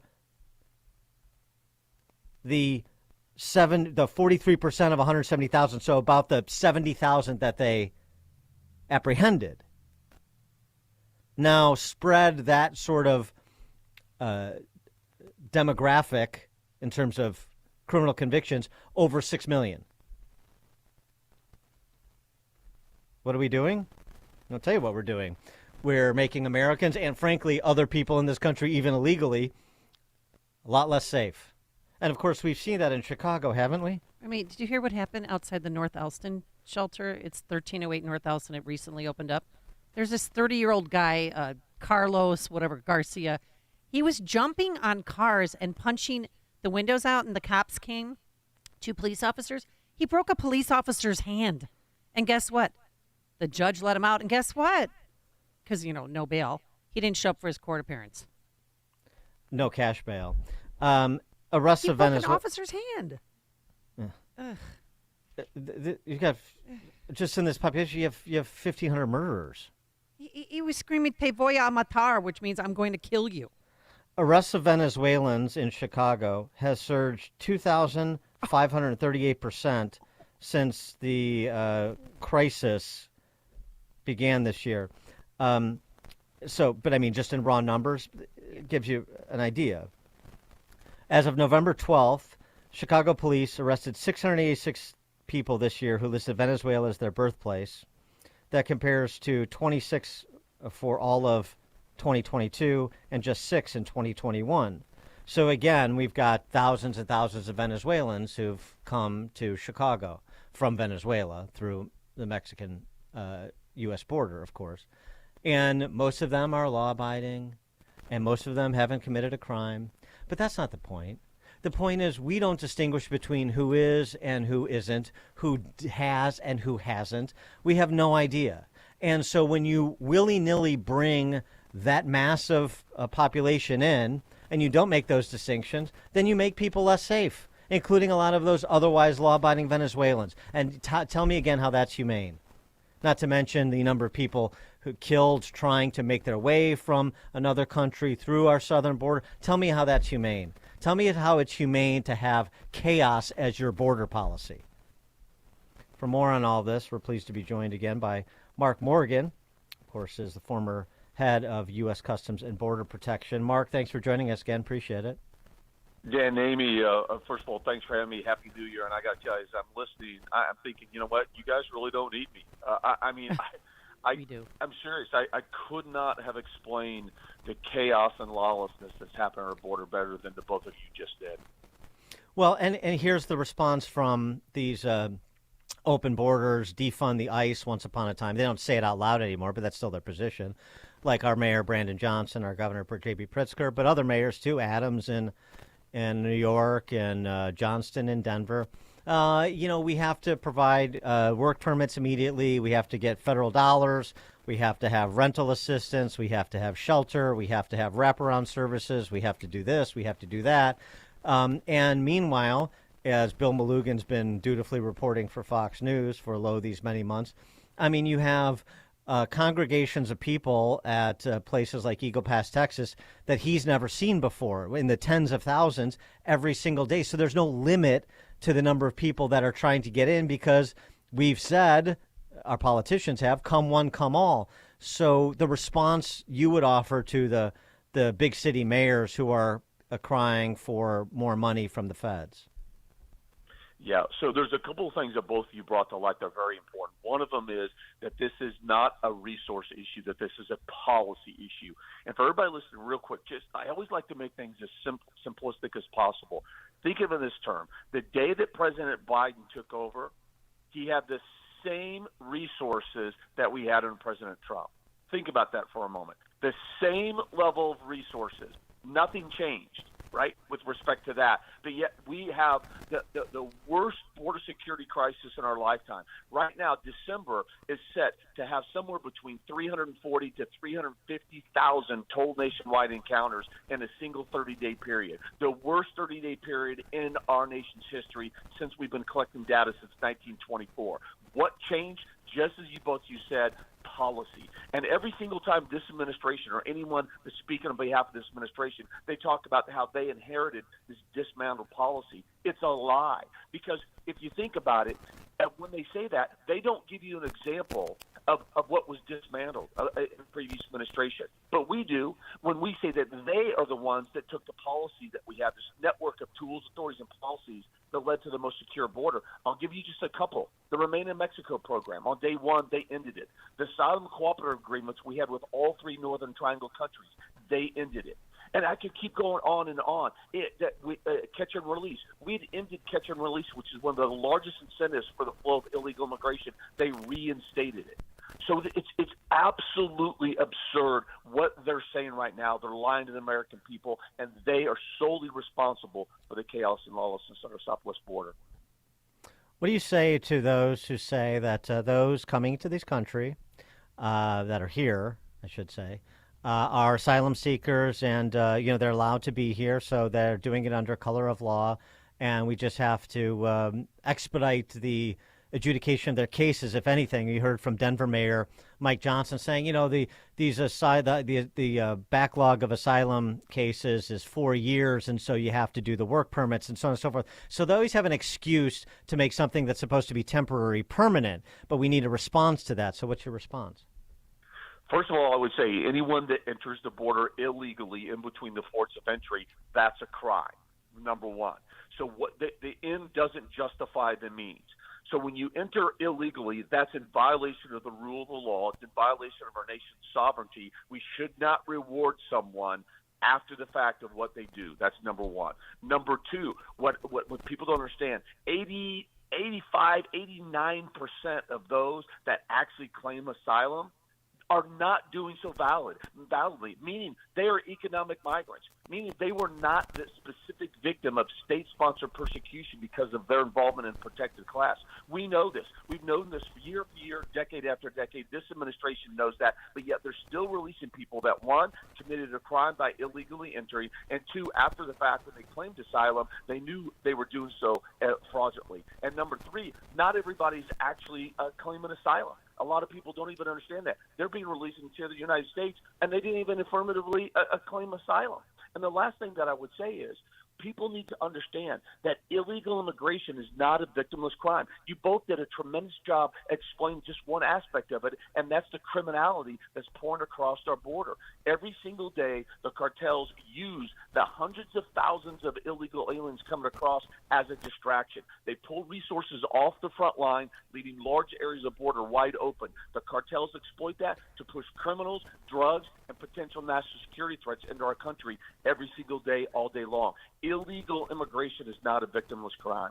Well, do you think Governor Abbott's new law, I mean, it takes effect in March, I believe, but that would authorize police to arrest illegal immigrants who come across as a state crime? Is that going to make a difference? Because I feel like Abbott's doing the job that Biden should be doing.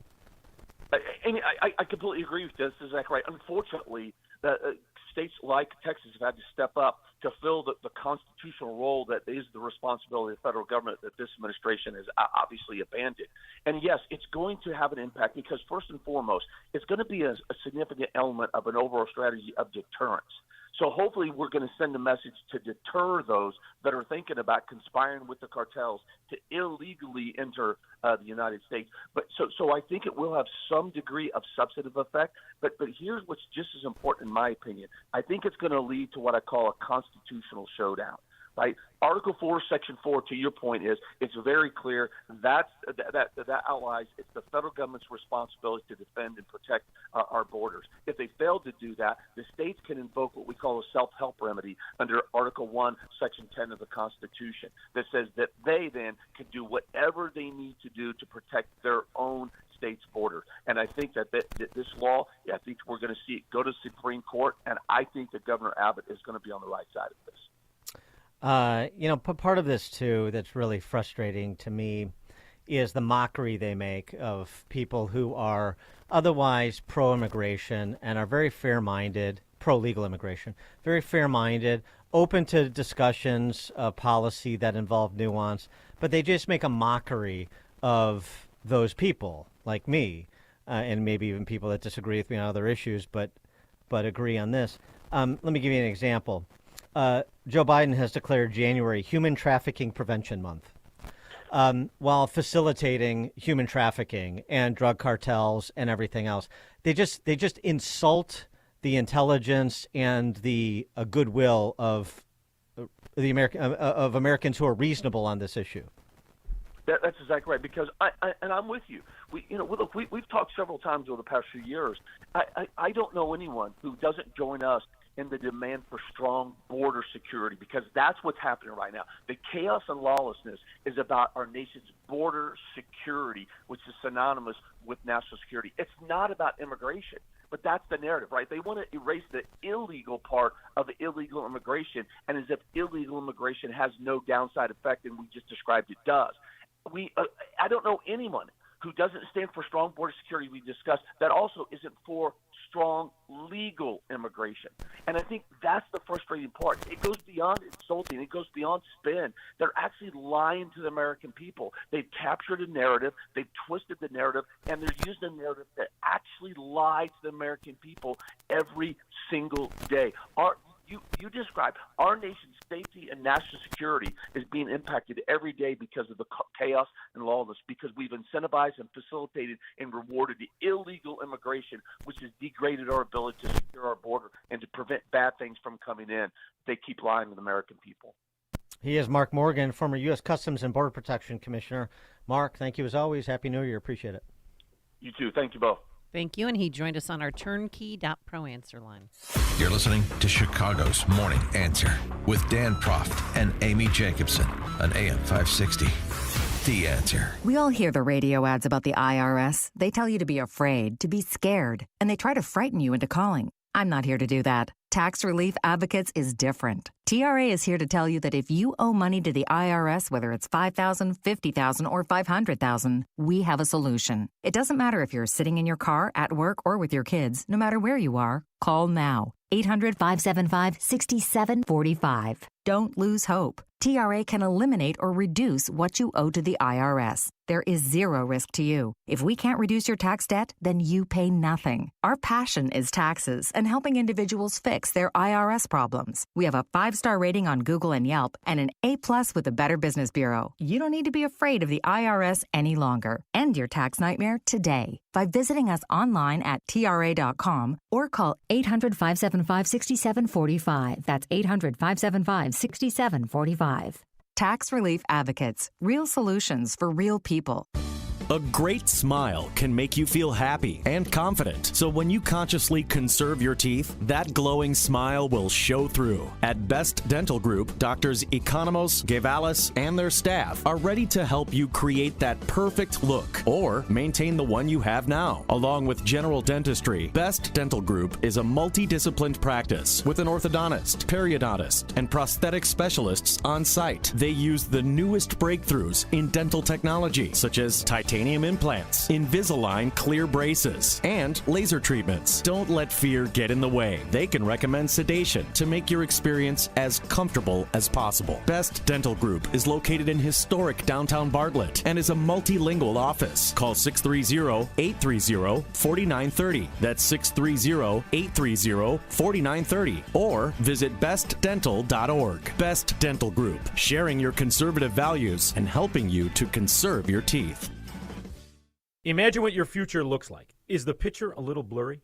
Hey, it's Sean Thompson here for Alpha Wealth Group. When we look ahead, we're visualizing where we want to be, and for retirement, that can be hard without a written financial plan. Tom Fortino of Alpha Wealth Group can help you bring your retirement picture into focus. For decades, Tom has been crafting customized financial strategies. His goal is to help you protect your savings, grow your wealth, and create an income strategy you cannot outlive. If you're nearing or already in retirement, it's time to get your plan on paper. So bring your readers and let's take a look at it closely. Call Tom at 630-934-1855 and schedule a complimentary retirement consultation. There is no cost. There is no obligation. This is a chance to get a clearer view of your retirement. The number again is 630-934-1855 or visit alphawealthgroup.com. And listen to the Alpha Wealth Hour Saturday mornings right here on AM 560 The Answer. Advisory services through Retirement Wealth Advisors, LLC, and SEC Registered Investment Advisor. Insurance and annuities offered through Alpha Wealth Group, licensed in Illinois. Man, you talk about hitting a grand slam, just feeling just incredible. And I mean, I haven't felt this great in years. I'm 52, and with these, wow. And I just appreciate, I'm impressed. I've never felt this great. I just want to say thank you to you guys. Honey, I am like a different woman. I mean, finally one day I kept seeing that commercial and I said, what the heck? What do I got to lose? I started feeling a little bit better. So I got my sister on them. I got my daughter on them. I can't say enough about them. I really can't. Those commercials that you all do is the truth. Step into the new year with a new you. Go to balanceofnature.com and sign up as a new preferred customer to get 35% off your first order, plus a free fiber and spice supplement. Go to balanceofnature.com or call 1-800-246-8751 and get this exclusive holiday offer by using discount code Chicago.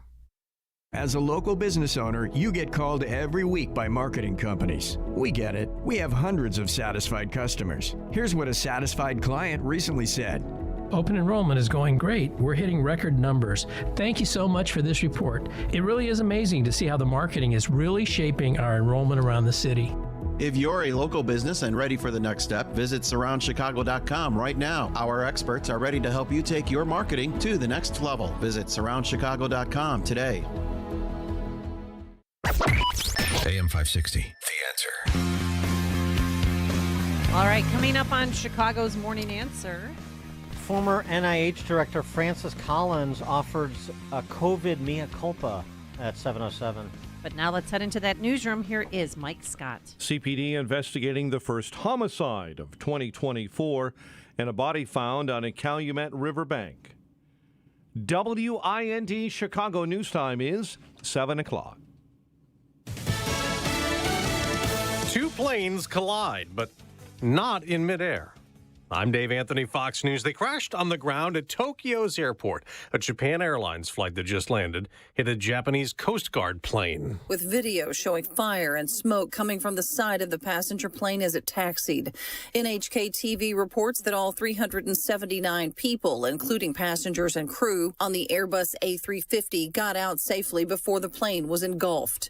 5 crew members who were on board the Coast Guard aircraft were killed. That's Fox's Tanya J. Powers. That Coast Guard flight reportedly was going to deliver disaster relief to earthquake victims the day after that massive quake hit western Japan, killing at least 48 people as crews search for others, possibly still in the rubble of thousands of damaged homes and buildings. In South Korea, political leaders in a hospital after being attacked and needing surgery. 59-year-old Lee Jae-myung, who heads the main opposition Democratic Party, was stabbed in the neck by an unidentified man in the city of Busan. The attack happening when Lee walked through a crowd of journalists and others after touring the site of a new airport. The attacker posing as a supporter of Lee, saying he wanted to get his autograph before stabbing him. He was arrested on the spot. That's Fox's Chris DeMeo. The FBI has opened a terror investigation in Rochester, New York, after a fiery and deadly crash early New Year's Day. At least a dozen gas canisters found inside one of the SUVs. 2 people inside the Outlander were killed. The driver taken to the hospital with non-life-threatening injuries. The driver of the Ford Expedition suffered life-threatening injuries. Now, according to investigators, the driver of the Ford is from Syracuse and rented that SUV from the Syracuse airport. Reports reveal the authorities are combing through the driver's devices and social media to determine why he had so many gas canisters in that vehicle. Fox's Todd Pyro. Somebody in Michigan is having their happiest New Year ever, winning a fortune with the only lucky Powerball ticket worth $842 million, the 10th largest U.S. lottery jackpot ever. America's listening to Fox News. 27 degrees, 7:02 on AM 560. The Answer. Good morning. I'm Mike Scott. An early morning fire resulting in 1 fatality and sending another person to the hospital. The Roberts Park Fire Department says it was around 2 a.m. when smoke was pouring from a 3-story apartment building near the corner of 87th and 80th Court in Hickory Hills. Fire crews do say that there were working smoke detectors throughout the building, but could not tell if any were in the unit that was ablaze. 5 are hurt following a crash involving a CTA bus on Chicago's west side.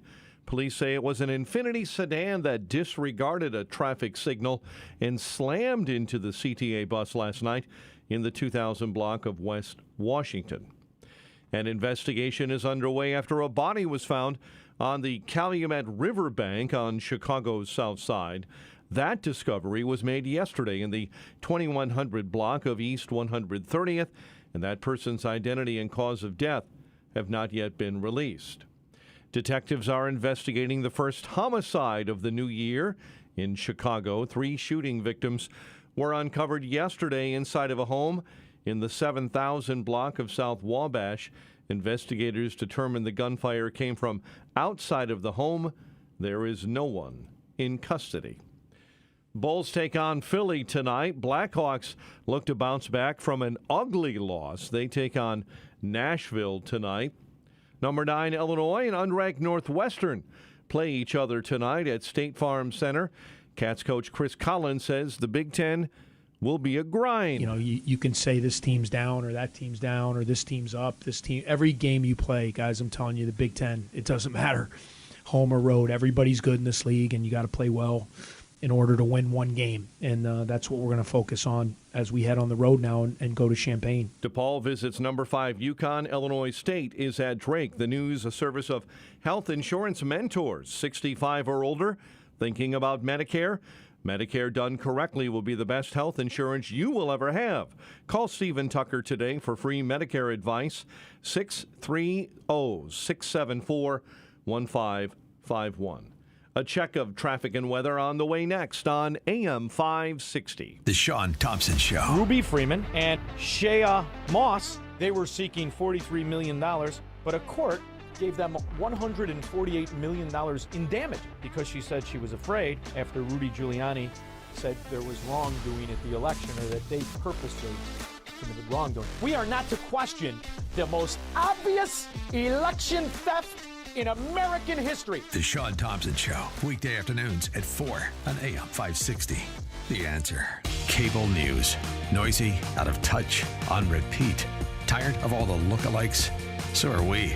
Salem News Channel is here to change the game. Streaming 24/7, free on your TV with the greatest collection of conservative voices. Home to Dinesh D'Souza, Andrew Wilkow, Brandon Tatum, and more. Like you, we say what's wrong and what's right. Unfiltered and unapologetic. Salem News Channel. We're the answer to the mainstream media. Learn more at snc.tv. Don't let everyday aches and pains keep you from living your best life. I don't think I really understood what people meant when they talked about pain until I started feeling it myself. Start feeling better every day with Relief Factor, a daily supplement designed to support your body's fight against aches and pains. Not only do I move better without pain, I just feel better. Created by doctors, Relief Factor uses a unique formula of natural ingredients that target 4 metabolic pathways to address pain. Relief Factor doesn't just mask aches and pains, it helps reduce or even eliminate them. Today, I do the things I love, and it doesn't occur to me to think about pain. You can feel the difference all day, every day. Join the over 1 million people who have tried Relief Factor's 3-week Quick Start Kit. It's only $19.95. Visit ReliefFactor.com or call 1-800-4RELIEF. That's 1-800-4RELIEF. And feel the difference of Relief Factor. As most Americans suffer financially, gold just hit an all-time high. Hi, I'm Dr. Ron Paul, and this is why you need a physical gold IRA from Birch Gold Group. To learn more, text the word SHELTER to 989898 to get your free info kit on gold IRAs. Secure your IRA or your 401k right now. Text SHELTER to 989898 to request your free info kit right now. This is Dennis Prager. Now you can listen to my show when it's convenient for you and without censorship from big tech. Become a member of the ultimate online community for all things Prager. It's Pragertopia Unlimited. Listen to every radio show over the last 10 years, all commercial free. You can even listen to all my Torah teachings for free. Join today and save 25% off the first year and get a free Pragertopia coffee mug. Go to Pragertopia.com or click the banner at DennisPrager.com. 7:07. Let's get an update on the roads. Team Hochberg Traffic Center time is a service of CharlesEquipment.com. Keeping the lights on when unexpected storms cause loss of power at your business. Get help quickly at CharlesEquipment.com. Waukegan, Green Bay Road southbound between Sunset and Cheyenne completely shut down due to a bad accident and investigation right now. Also delays in Plainfield this morning. Traffic signals are flashing red at Route 126 and County Line. Delays this morning on the outbound Kennedy due to an earlier accident inbound between Ogden and Jackson. Chicago's Morning Answer with Dan and Amy continues next. AM 560 Weather Center forecast with our meteorologist Steve Williams. A breezy day today. Periods of clouds and sun. Our high today 40. Partly cloudy and breezy this evening. Low tonight 29. Cloudy day tomorrow. The high 35. A mostly sunny day Thursday. The high 34. I'm Steve Williams on AM 560. The Answer. Currently 27 at O'Hare. Your next news update is at 7:30. Chicago's Morning Answer continues next on AM 560. The Answer. Now, from the Signature Bank Studios, this is Chicago's Morning Answer with Dan Proft and Amy Jacobson on AM 560. The Answer.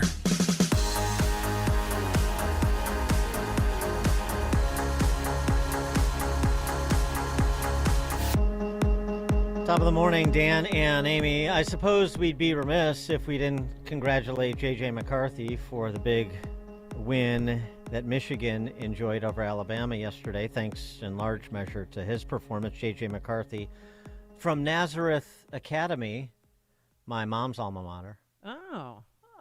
J.J. went to Nazareth before COVID shut down, ended Nazareth's football season, and then he transferred to IMG in Florida before he went on to Michigan, and now is on the precipice of being a national champion at Michigan. How about that story? Well, I know his aunt. I've met his grandpa. I've been to their house in LaGrange Park. I did not know when we did this story the first time around that was her nephew.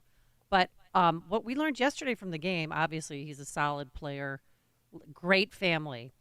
But that when he transferred from Nazareth into in the high school in Bradenton, Florida, IMG, that he suffered some depression. And they said that's how he learned how to meditate. So before the game yesterday, he sat by the goalpost and meditated because it was hard, but he did it for his sport. I mean, he had to because we were trapped here and we had no end game of when our kids would be able to get back to playing sports. So It was no plan. Against that backdrop, it's sort of interesting, this panel discussion that former NIH Director Francis Collins participated in recently, in which he gave the equivalent of a deathbed confession. Take a listen to Francis Collins's reflections on COVID decision-making at the height of the pandemic. As a guy living inside the Beltway, feeling the sense of crisis, trying to decide what to do in some situation room in the White House with people who had data that was incomplete, we weren't really thinking about what that would mean to Wilk and his family in Minnesota, 1,000 miles away from where the virus was hitting so hard. We weren't really considering the consequences in communities that were not New York City or some other big city. The public health people, we talked about this earlier, and this is a really important point. If you're a public health person and you're trying to make a decision, you have this very narrow view of what the right decision is, and that is something that will save a life. Doesn't matter what else happens. So you attach infinite value to stopping the disease and saving a life. You attach a zero value to whether this actually totally disrupts people's lives, ruins the economy, and has many kids kept out of school in a way that they never quite recover Collateral from. damage. So collateral damage. This is a public health mindset, and I think a lot of us involved in trying to make those recommendations had that mindset, and that was really unfortunate. It's another mistake we made. Okay. Do you accept his apology? 312-642-5600, turnkey.pro answer line, 64636DA, turnkey.pro text. Apology is probably too strong a word, at least his admission that a mistake was made, but I'm not sure I'm satisfied with the admission. Because my follow-up to Francis Collins would have been, it's funny you say that because a lot of people were saying that at the time, like in real time. A lot of people are saying, public health professionals, the epidemiologist has a particular area of expertise and a particular focus, and there's a tendency to get tunnel vision and just focus on the area without contemplating the impact decisions will have on all of the areas that you don't know. Well, that's number one. Number two is I don't accept that tunnel vision excuse if you're offering as an excuse. If you're asking for forgiveness, that's a different conversation. But if you're offering as an excuse, I'm sorry, you're an adult. And adults who live in the real world, whether it's sort of the half real world of inside the Beltway or not, know that decision, anybody in a public policy making role in particular, knows that life is trade-offs. Anybody who's passed an Econ 101 course knows that because you learn the concept of opportunity cost. What you do here precludes you doing something else there. And so the idea, I have tunnel vision, this is my area of expertise. The problem wasn't that you were supposed to be an expert in everything. The problem was the lack of humility to think, and most obviously exemplified by that sad little man, Tony Fauci, that because you have an area of expertise here, you have moral superiority. Your decisions have moral superiority, and they don't need to contemplate the trade-offs. And you will feel free to opine about matters economic or educational, as Tony Fauci did. You won't stay in your lane, as most of them didn't. You will go on CNN and MSNBC and vilify the unvaccinated and make all sorts of claims that turn out not to be true and never reappear to address how you were wrong. No, I mean, it makes me, he made a mistake. No, he destroyed millions of lives and livelihoods. More people committed suicide than they died from COVID in Illinois. And shame on him. There's no remorse there. I mean, it sounded like his voice was quivering, like, but he just said he made a mistake. He didn't say, I'm sorry. What did you learn from it? And could this happen again? And we're still, but here's the thing, we're still in the COVID mindset. I mean, the CDC, I just recently had 5 members get COVID over Christmas. What are they doing? They're staying inside their house for 5 days and wearing masks. Like, why? Because, well, the CDC recommends it. For Chicago Public Schools, if you get sick, you have to go to the portal, log in. You are locked out of that building for 5 days, even if you're not sick. We're still going with this craziness because I think that they cannot walk this back because it's hard to convince people that they've been fooled for 3 years, but they're the ones who did the fooling, and they know it. But let's not overstate the case because there's no reason to. More people did not die from suicide than COVID. Well, I'm saying kids. I'm or sorry, anywhere children. else. But yes, I mean the idea that it was just. I mean that's the other part of his confession that's incomplete, is the idea that we were just focused on saving lives because we could identify this life that we saved, and the disruption in kids' education or the economic impact. No. As we said, in real time, for months on end, it was always a conversation of lives versus lives. It was not lives versus GDP. It was not lives versus SAT scores. It was always lives versus lives. And he's being dishonest when he pretends that, yeah, we didn't contemplate the full complement of variables here to be addressed. But, we were looking at saving lives and other people were looking at dollars and cents or educational maturation. No. Lives versus lives. That was always the conversation, including from skeptics like me who were challenging and others that we had on who, have the same expertise as Francis Collins or Tony Fauci, who were challenging the declarations that were being made, the evidence upon which they were being made, and tracking every single aspect of this just like they were, with professionals that were equally credentialed. And that's all lost in this conversation. And until there's sort of a full agreement with the statements that I just made, then it's a good start with what Francis Collins had to say, but it's terribly incomplete for me. 312-642-5600, turnkey.pro answer line. You could also reach us on our text line, 64636. Type in DA, then a quick comment. Tom in Oswego. Hey, good morning, Dan and Amy. Happy New Year to you, too. I I've said for years that the problem is these politicians, public officials, one, they don't care if it affects you because they've got theirs and their lifetime insurance and whatnot. But there's no consequence. If they make mistakes, they usually get promoted. Whereas in the real world where I live, if you make a mistake, it's going to cost you. They don't have any consequence. Well, yeah, that's a fair point, Tom. There were opportunities to impose consequences at the ballot box, and electorates around the country rarely did. I mean, it goes both ways. They rewarded a DeSantis, but in Florida, but they also rewarded Pritzker in Illinois, or a Newsom in California, or a Hochul in New York.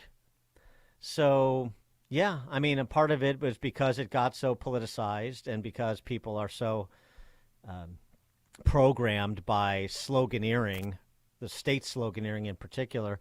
It sort of fell along philosophical or partisan lines, which is, again, one of the other things that's unfortunate. Tom and Berwyn. Morning. When you're a hammer, all you see is nails. That's the example. Then second thing, I'm going to work right now. January 2nd, got to wear masks at the hospital again. Rush, Chicago. Really? Yeah. When did they implement that? got the email on Friday.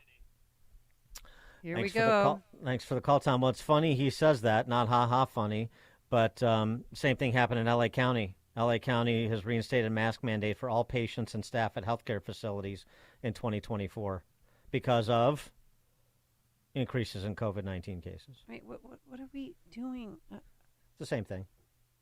Why? Because it worked politically, right? I just flew international, and I could not believe how many people had masks on. And now I remember I used to sarcastically, just so I could process this insanity, would say, "Oh, you're such a hero. Thanks for being heroic and saving lives." Now I walk by, I'm like, those things don't work. Oh, getting a little. I'm getting a little lippy in my old age, Nan. Yeah. Yeah. A little. I just think aggressive. about. Remember when they used to chippy. put plastic bags over people's heads? Like we did the craziest things. People dying alone in nursing homes. They put a plastic glove and put warm water in it and held their hand to reenact the human contact as they transitioned from this earth. I mean, we just did such horrible things to one another. Yes. And now we're going to reenact this craziness and do this all over again? Take two.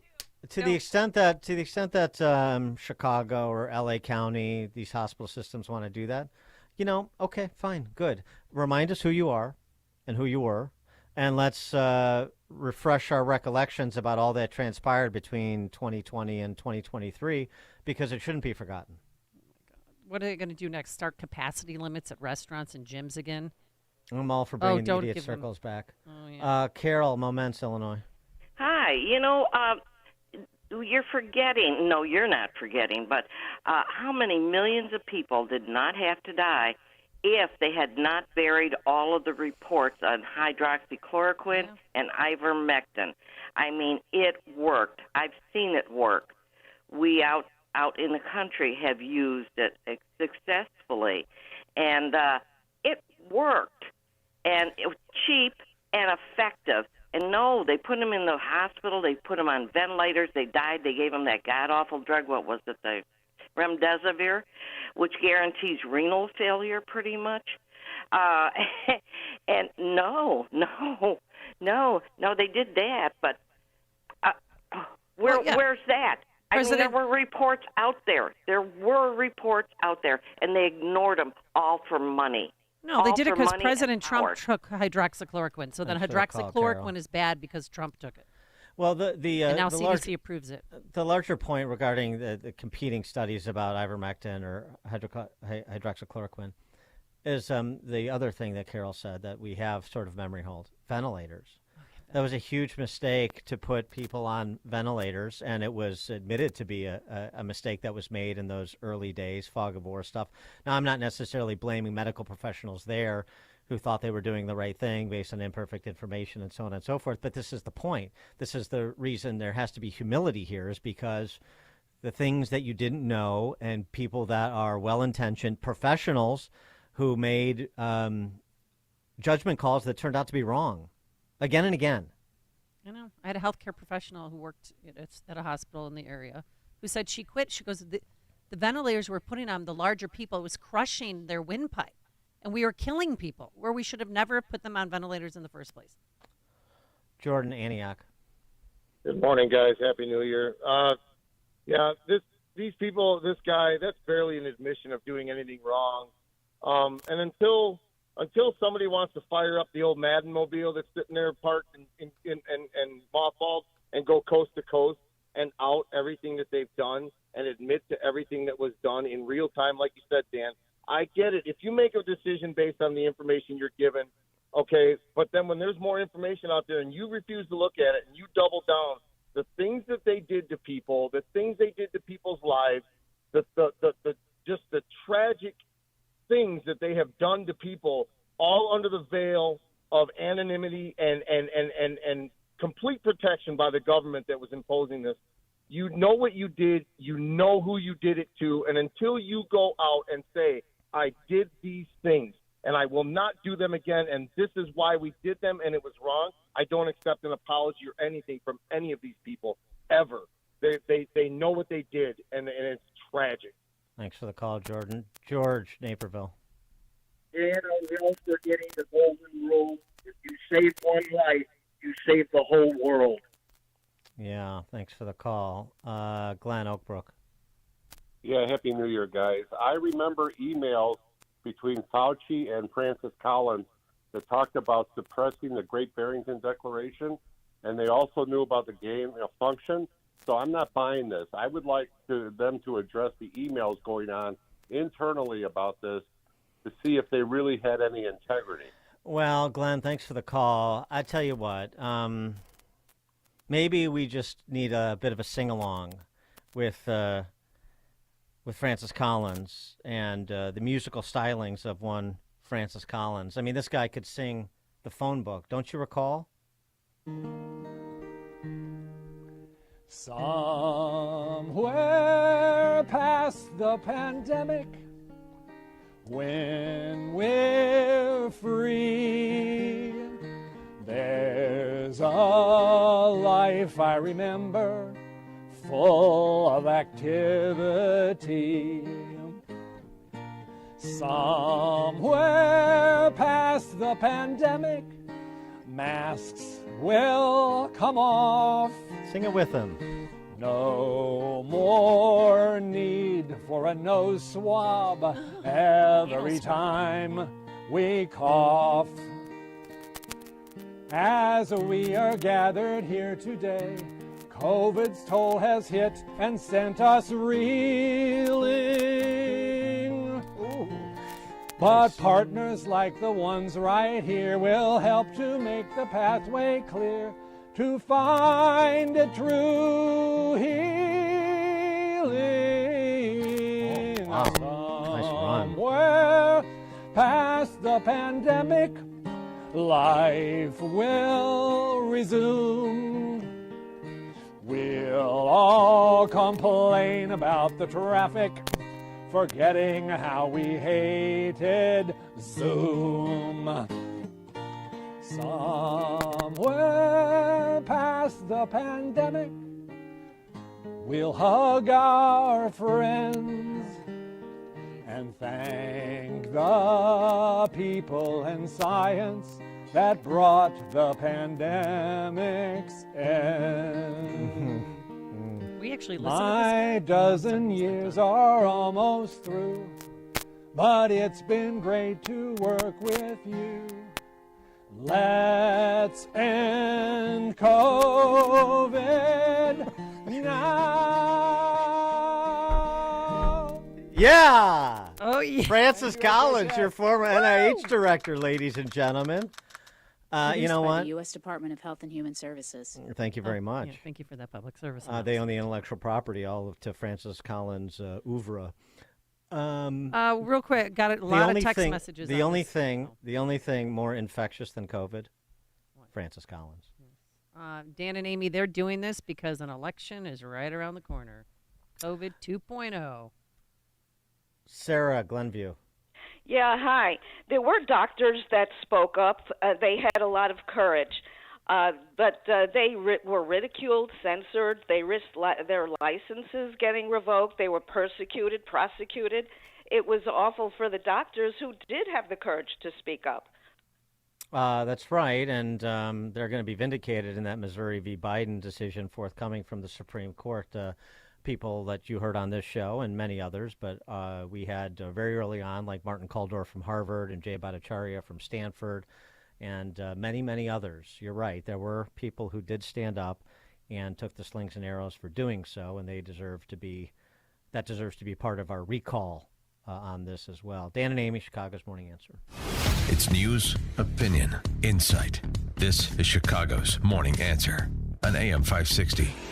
The Answer. If you're self-employed and purchase your own health insurance, I have some great news. From now until January 15th, the health insurance exchanges are open again. And even if you've never qualified for a health insurance subsidy before, you most likely will now. The American Rescue Plan expanded subsidy eligibility to millions of Americans who have never qualified before, even to those with high income levels. And this year, you can purchase a multi-state PPO policy, which includes access to Northwestern Medical Group, as well as other teaching hospitals around the nation. Employers who provide small group coverage also have new options, and so do seniors looking for Medicare supplement coverage. Call me. I can help. If you're tired of calling a bureaucrat at an 800 number to help you navigate Obamacare, then you need a local expert on your side. C. Stephen Tucker from HealthInsuranceMentors.com is someone I know and trust. He's a 25-year licensed broker who's been educating our listeners for more than 10 years. Steve, how can our listeners get in touch with you? Thanks, Dan. They can visit healthinsurancementors.com or call me directly at 630-674-1551. Urgent Camp Lejeune settlement message. On September 6th, the government announced it will soon begin providing fast, guaranteed settlements to Camp Lejeune Marines, families, and civilians. Awards will range between $100,000 and $550,000, with an option for higher amounts. If you or a loved one spent time at Camp Lejeune and suffered cancers of the bladder, liver, or kidneys, leukemia, non-Hodgkin's lymphoma, Parkinson's, or kidney issues, you may qualify for compensation and could be paid within 60 days after accepting your settlement, with your VA benefits fully protected. You may be entitled to a significant financial award for your Camp Lejeune claim, but you must act now. Call the James Harris Law Camp Lejeune helpline now to get the compensation you deserve. We're already fighting for thousands harmed by the water at Camp Lejeune. Call now or you may forever lose your right to be awarded a settlement between $100,000 and $550,000. For your free evaluation, call 800-299-7878. That's 800-299-7878. 800-299-7878. Man, you talk about hitting a grand slam, just feeling just incredible. And I mean, I haven't felt this great in years. I'm 52, and with these, wow. And I just appreciate, I'm impressed. I've never felt this great. I just want to say thank you to you guys. Honey, I am like a different woman. I mean, finally one day I kept seeing that commercial, and I said, what the heck? What do I got to lose? I started feeling a little bit better. So I got my sister on them. I got my daughter on them. I can't say enough about them. I really can't. Those commercials that you all do is the truth. Step into the new year with a new you. Go to balanceofnature.com and sign up as a new preferred customer to get 35% off your first order, plus a free fiber and spice supplement. Go to balanceofnature.com or call 1-800-246-8751 and get this exclusive holiday offer by using discount code Chicago. AM 560, The Answer. All right, coming up on Chicago's Morning Answer. At 7:37, Governor Jelly Belly's end-of-the-year message, touting his accomplishments. We'll pour over them with Ted Dabrowski, president of wirepoints.org, all things Illinois policy-related, at 7:37. And later, Dan, I want to tell you how to do it, what to do if you get pulled over by Illinois State Police. You could learn something this morning. But now let's head into the newsroom. Here is Mike Scott. 26 degrees at 7:32. Israel will be withdrawing several thousand troops from the Gaza Strip. The IDF made the announcement Monday night, noting the growing toll that the war has taken on the Israeli economy. 5 members of the Japanese Coast Guard are unaccounted for this morning after a fiery plane crash at Tokyo's main airport. Japan Airlines Flight 516 apparently collided with a Coast Guard aircraft as it was attempting to land The airline says nearly 380 passengers and crew members were all able to evacuate the fiery aircraft unharmed. However, 5 members of the Coast Guard crew were killed. An opposition leader in South Korea is stabbed and in critical condition. 59-year-old Lee Jae-myung, who heads the main opposition Democratic Party, was stabbed in the neck by an unidentified man in the city of Busan. His exact status is unknown, but police say he was conscious and not in critical condition when he was hospitalized. The attack happening when Lee walked through a crowd of journalists and others after touring the site of a new airport. The attacker posing as a supporter of Lee, saying he wanted to get his autograph before stabbing him. He was arrested on the spot. Chris DeMeo, Fox News. At least 48 are dead after a powerful magnitude 7.6 earthquake struck western Japan. In Tokyo, reporter Chris Gilbert says it's now a race against time. Prime Minister Fumio Kishida said 1,000 self-defense troops have been deployed to affected areas. But rescue efforts are being hampered by widespread damage to roads. Thousands of buildings are damaged, and there's a warning of more quakes to come.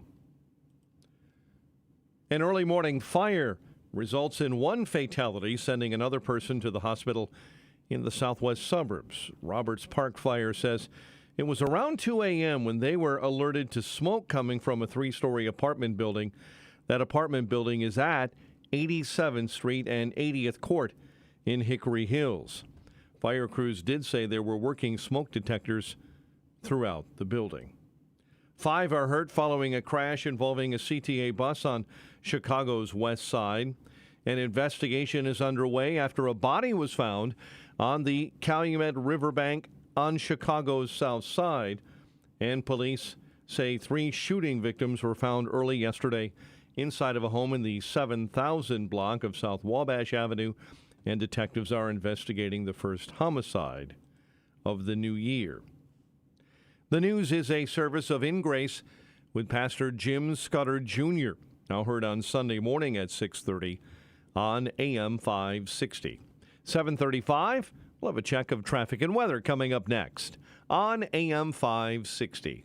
It's a new year, and that usually means a clean slate. But looking to the future, this country faces many challenges. Oh yeah, there's that thing called an election this year. But don't worry, we'll be here to give you fresh, intelligent ideas to meet the challenges of the future. Plus, election coverage you can count on. Here's to an insightful and memorable 2024. AM 560, The Answer.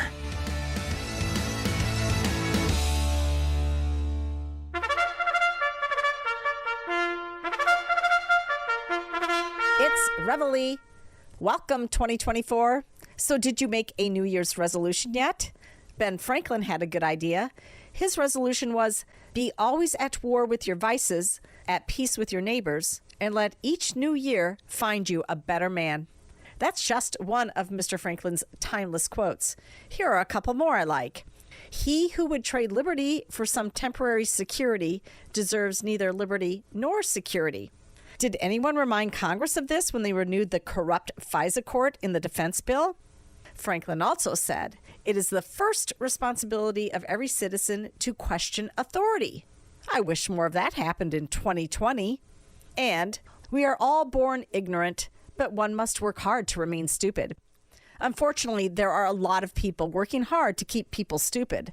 Information is ubiquitous, but it is also distorted, one-sided, or simply left out if it doesn't fit the politics of those in charge.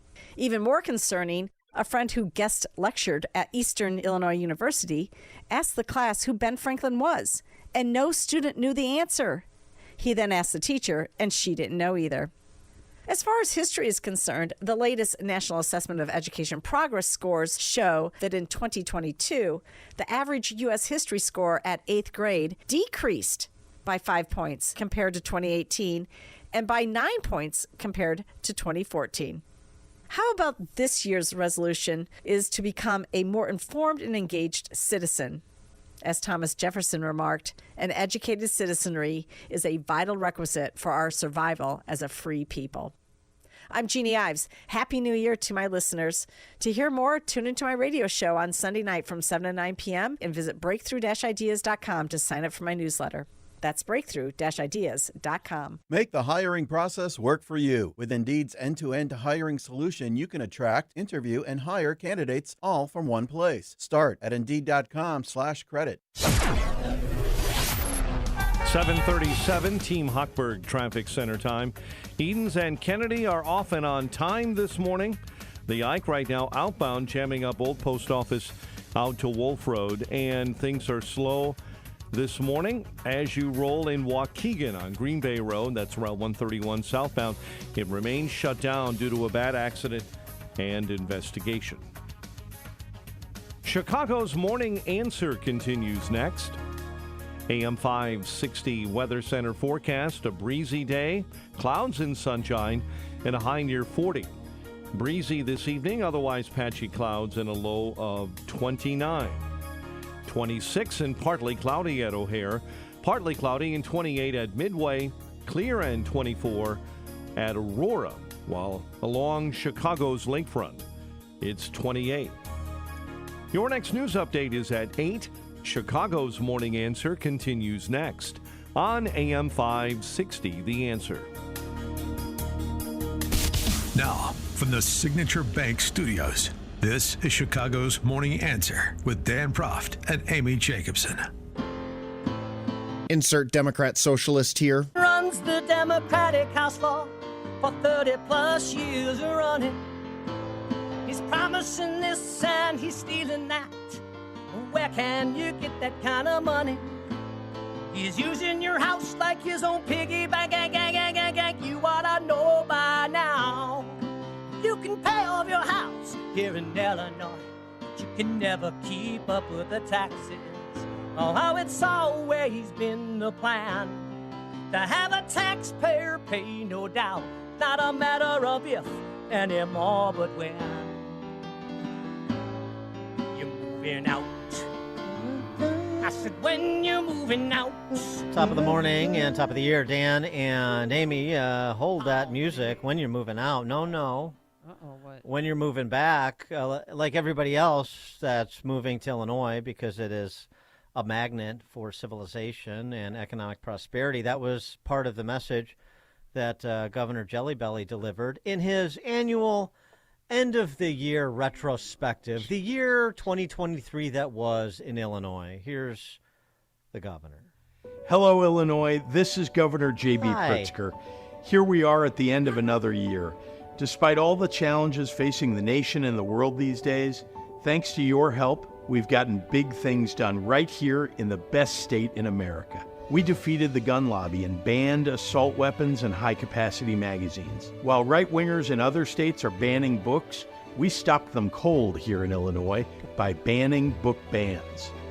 Overcoming Republican opposition, we raised the minimum wage, expanded mental health care, made child care more affordable and available, and lowered the cost of getting a higher education degree. And while MAGA Republican extremists try to take away abortion rights, I founded Think Big America to fight back and make sure that they can't end a woman's right to make decisions about her own health care. Together, we've gotten big things done for Illinois families, but there's still so much more we must do.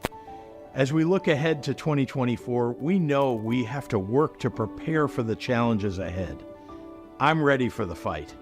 Thank you for your support, your tenacity, and your kindness, Illinois. Here's to another year of fighting for working families and protecting our freedoms. Wow, so moving. Thank you, Governor Pritzker. For more on that and response, we'll give some rebuttal time to Ted Dabrowski, President of WirePoints, wirepoints.org, all things Illinois policy related. Ted, Happy New Year. Thanks for joining us. Happy New Year, Dan. Happy New Year, Amy. Glad to be back. 2024. Yeah, so take whatever you'd like from the end of the year accomplishments. Well, I always say he's always so good at spinning his stuff, and this year is going to be a big spin year with the elections coming and with the DNC in August. So you're going to hear lots of spin about how good Illinois is. But I think he forgot to mention that the year closed out right there at the end of the year. The U.S. Census put out data that we lost population again for the third year in a row after shrinking in the last decade. So whatever he says about all the good things he's doing, people are fleeing the state almost like no other state in the country. So, we're at the bottom of the barrel when it comes to that loss of people, and it's not working, whatever he thinks he's doing. Something else he said that, it gets glossed over. It's just one of the things politicians say, and they usually get away with. We've lowered healthcare costs. Every politician is a fiscal conservative, and every politician has lowered healthcare costs. It's funny how we continue to accumulate more debt and unfunded liabilities, and costs for things like healthcare continue to go up, even though every politician has lowered them. But in particular, what's the latest tally on the provision of healthcare services for the tens of thousands of migrants who've made their way to Illinois with a little help from the Texas governor? Well, yeah, that's been another big number that nobody really has talked about since originally we thought we were going to have to spend $1 billion on Medicaid for these new immigrants. Then they tried to cut that number to $500 million in the budget so that way they would be responsible. Next thing you know, we're over that by $300 million, and now I haven't heard anything since then. So God knows whether we're spending $1 billion more. It will be a big number, and it's not contemplated in the budget, and it certainly is going to come at the expense of the ordinary residents that Pritzker was meant to take care of. It's the same thing for Johnson. Well, right. The 300, 500, 800 million, billion, that's taxpayer-funded healthcare services for people in this country, largely people in this country illegally, some pending asylum applications, but regardless, that shouldn't be here, arguably, if we had sensible policy at the border. So that between, let's say, $500 million and $1 billion is just going to be built into what Illinoisans pay. Yeah, and then you start adding in things like the $95 million that Mayor Johnson just said he's going to spend from COVID money, and we don't really know what that number is going to be. Then you start adding up all the cost of the day-to-day of just taking care of all these people, and it's going to balloon. And that's, of course, on top of the typical problems we have with pensions and other things that no longer get discussed but continue to accrue. Well, Ted, what do you make of all these suburban mayors and village trustees who are now implementing new laws to try and keep migrants out, even though they have the hate has no home signs here? We welcome everybody in their front yards. Shouldn't they take some of this pain away from Chicago? Well, maybe they should if they continue to have their signs out and continue to be, espousing those policies that they want to take care of everybody. But I think the reality is hitting home is that it's expensive to host these people. It's hard to take care of them. We haven't given them. We could argue about that. We haven't given them the ability to work. So you've got even out here in Wilmette, you've got people at the Jewel, at the Whole Foods. They're begging, looking for work. So it's a real mess, and nobody wants to handle it anymore. So it was easy to be woke about all this until the reality hit you in the face, and these suburbs are smartly realizing they can't handle it and are pushing back on Chicago. Right, and BLM Brandon was on making the rounds on CNN and Face the Nation, big star turn on Face the Nation this weekend. And on CNN, he had a couple of ideas about what should be done, pathway to citizenship. Also, and I don't really know how this plays in, but he offered this up. In order for us to have a better, stronger, and safer Chicago, it really requires the full force of government. We have stood up an entire office dedicated to reentry. So individuals who are returning to our communities who have been incarcerated because of failed policies, we'll have a welcoming space for them. I've added $500,000 for restoration and reparations to address, again, the cycle of violence, which looks like school closings, closing of mental health facilities, of which I've invested in now. And so in order for us to build a better, stronger, safer Chicago, it requires investments. And that's what this budget has done. So are we going to set up shelters for ex-cons too now? What is that? We got our homeless shelters, we got our ex-con shelters, we got our migrant shelters. Yeah, that's progress for him. That's how you build a Chicago. And I tell you that the deeper we get into this, the worse he comes out. Oftentimes, it turns into word salad sometimes. But he's stretching, he's reaching, he's way over his head, I think, on all this, and it's showing up across the board. And I don't think he's got very little support. Obviously, he's got support from the extreme left. The more and more that he says these extreme things. We highlighted how he blamed Governor Abbott for the whole crisis in the country. When it's Abbott who's having to support 1 million people coming over that border. Johnson just looks bad, and I tell you what's going to be interesting, Dan and Amy, is this crisis worsens, as I assume it will, and crime, don't know where crime goes. Pritzker's got his DNC in Chicago in a few months.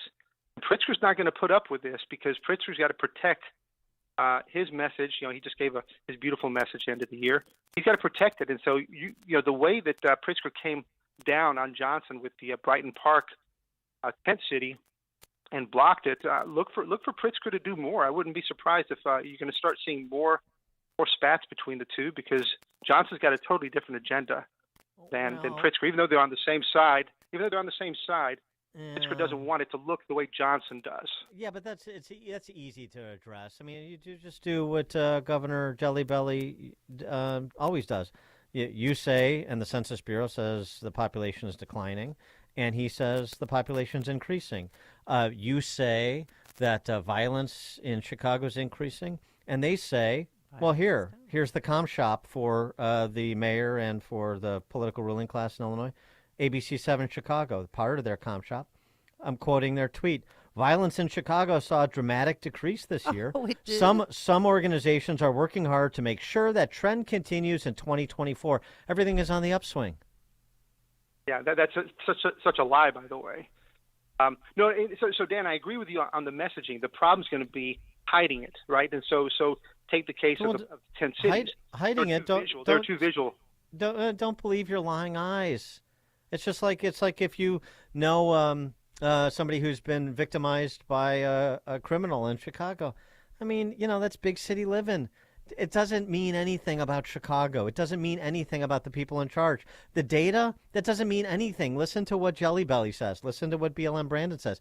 Don't listen to people talking about data. They're engaged in fear porn. They're demonizing this great city. Why are they rooting against Chicago, Tad? Why are you rooting against Illinois? That's all you have to say. But by the way, you say that ABC7, what they tweeted out is a lie. What do you mean it's a lie? Yeah, and they'll do that. Don't get me wrong, Dan. I get that. My only point is the eye candy, right? So, things on the street, because people are coming January 9th to do the first walkthrough for the DNC at the United Center. So there's going to be people on the ground.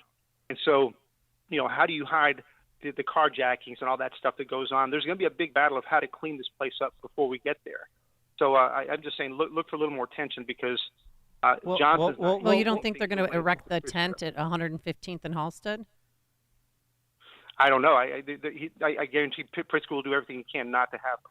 But that's far enough away. Wait a second. You said violence in Chicago saw a dramatic decrease this year. You said that's a lie. Well, don't just say it's not. Tell us how it's a lie. Well, yeah. I mean, if you look at it, we had a 40% increase in major crimes from 2021 to 2022. This past year, we had another 17% increase. So we had another 12,000 major crimes over last year. And so it's another increase. It's the high by far since 2019. Now the question is going to be what happens from here. But yes, murders were down 13%, and you're going to hear a lot about them pitching murders were down. But what you need to do is take that in context. Philly murders down 26%. Sorry, Philly murders down. What are my numbers? They're down like 20%. Murders across the country for big cities were down 15 to 20%. Good governance. Down 13. So. Yeah, good governance. Yeah. Murders are down. Just focus on murders and shootings. They're off a little bit. Not to mention the context that's lacking here. Of course, you're talking about 30-year highs in 2019, Correct. And so they've come down a little bit, but they're still well above the median over the last 30 years. But of course, that's the sort of egg-headed, data-driven conversations that nobody wants to have. But just listen to what ABC7 says, and BLM Brandon says, and Jelly Belly says, and all the other scientific socialists that come to town for the DNC, and don't believe your lying eyes or your bleeding appendages, right? Yeah. Well, so I found the numbers. New Orleans down 25%, Detroit down 18%, Baltimore down 22%, Houston down 22%, Philly down 21%. So when they come, good Democrat governance. Job in Chicago, yeah, exactly. Yeah, but that's what it's going to be. Look at it; it's working.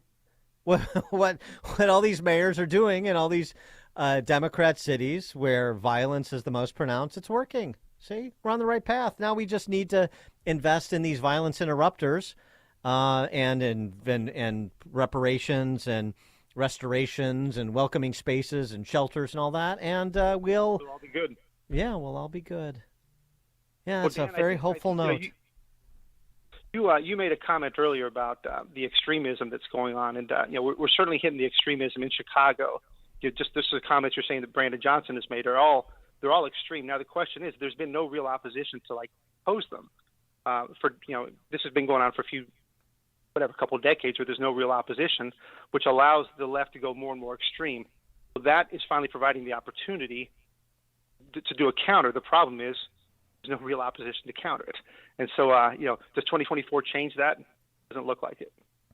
Well, let me tell you what's going on, though, to change that, to change the make everything safer, make everything better. What? One of the Better, laws stronger, safer. Better, stronger, safer. Thank you. I Better, was safer. using the improper axiom there.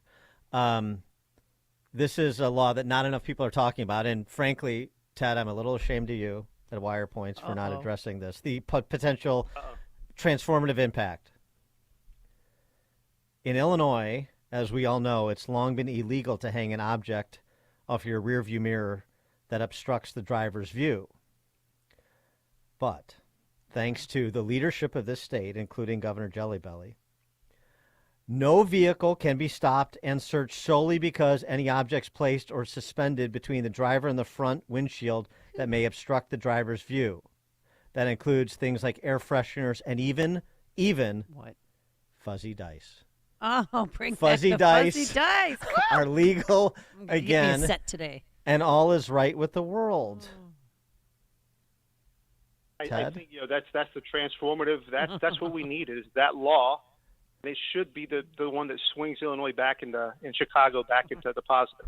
Exactly right. So again, for those living under the oppression of a world in which fuzzy dice were prohibited, you are free in Illinois as of yesterday in this beautiful candide that has been created by your duly elected officials. So congratulations to you and all of you.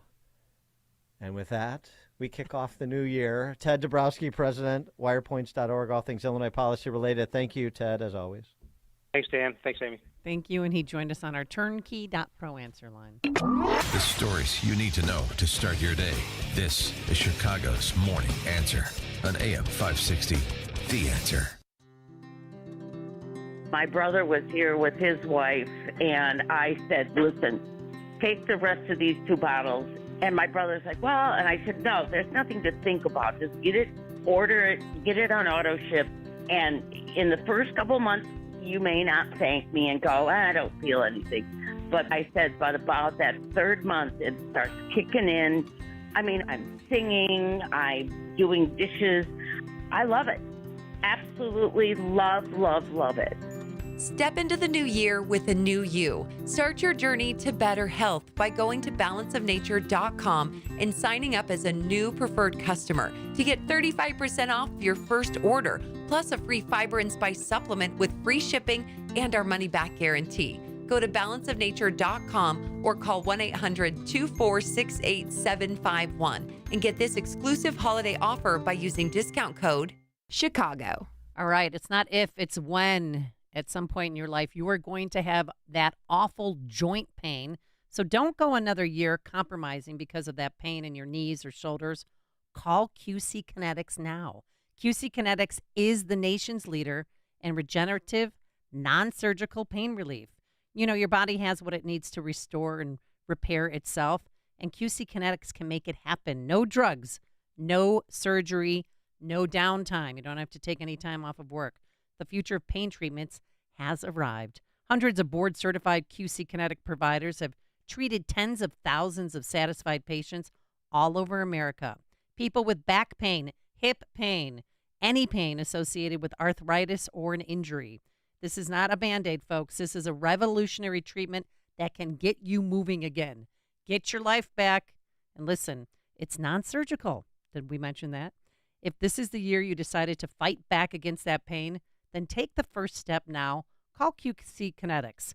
Get a free consultation on the calendar today. The number to call for QC Kinetics, 312-809-5955. That's 312-809-5955. 312-809-5955.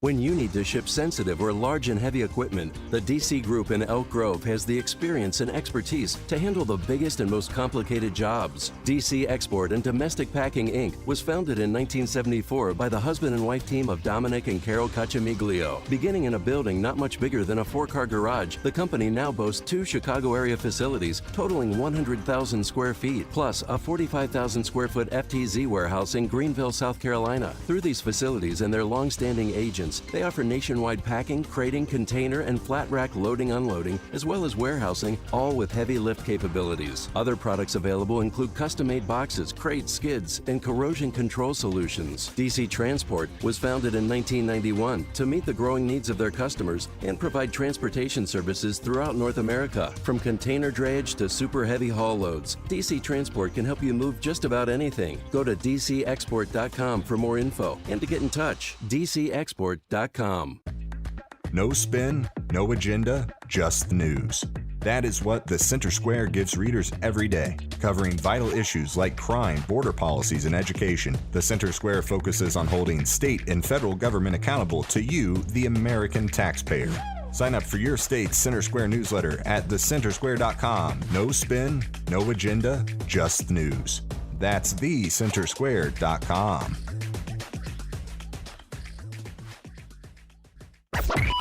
AM 560, The Answer. All right, coming up on Chicago's Morning Answer. The New Republic names Bibi Netanyahu the war criminal of the year. We'll see what George Mason University law professor Eugene Konorovich thinks about that at 8:08. And later, our good friend Jennifer Say joins us. But now let's join Mike Scott in the newsroom. CPD investigating the first homicide in Chicago of 2024. WIND Chicago News Time is 8 o'clock. The wreckage is still smoldering on a Tokyo airport runway. I'm Dave Anthony, Fox News. After 2 planes crashed on the ground. A packed Japan Airlines Airbus plane with 379 people, both crew and passengers on board, taxiing on a runway at Tokyo's Haneda Airport, very busy airport, was involved in a collision with a Japanese Coast Guard plane, apparently just landing at the airport. The crash followed, and amazingly, with a cabin filling up with smoke, all passengers and crew members from that plane got off safely. Well, that's Fox's Greg Palcott. Right after they got off that plane, the entire jet was consumed by fire.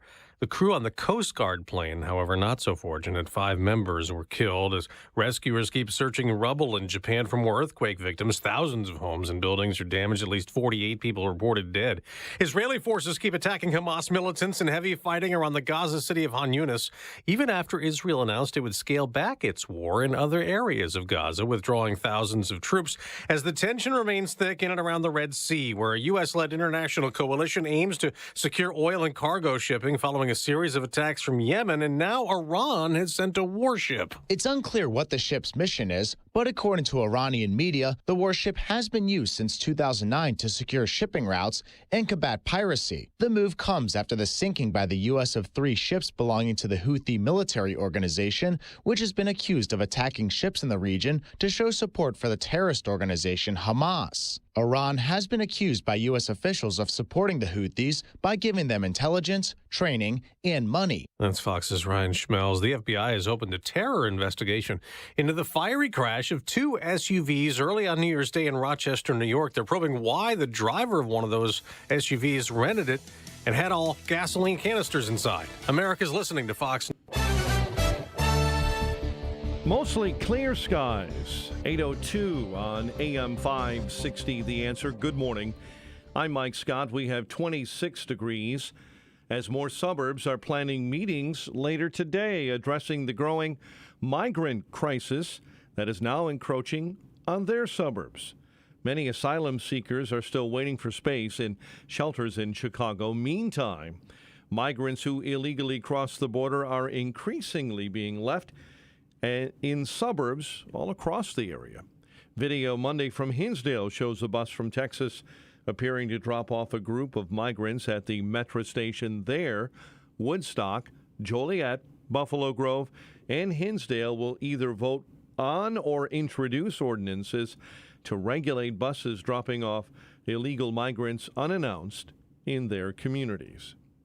An early morning fire has left one killed and sent another person to the hospital. Roberts Park Fire says it was around 2 a.m. this morning when they were alerted to smoke and flames pouring from a building at 87th Street and 80th Court in Hickory Hills. 5 are hurt following a crash involving a CTA bus on Chicago's west side. An Infiniti sedan disregarded a traffic signal and slammed into that CTA bus. The bus then left the roadway. People in the sedan fled. One has been arrested. Detectives are investigating the first homicide of the new year in Chicago. Police say there were 3 shooting victims found early yesterday inside of a home in the 7000 block of Wabash Avenue. 2 other women were hospitalized. 1 remains in critical condition. The Bulls take on Philly tonight. Blackhawks look to bounce back from an ugly loss by taking on Nashville tonight. Number 9 Illinois and unranked Northwestern will each go for their 4th win in a row when they play each other at the State Farm Center tonight. The news is a service of the daily podcast of Chicago's Morning Answer and the Sean Thompson Show. Subscribe free to the daily podcast at 560theanswer.com/podcast.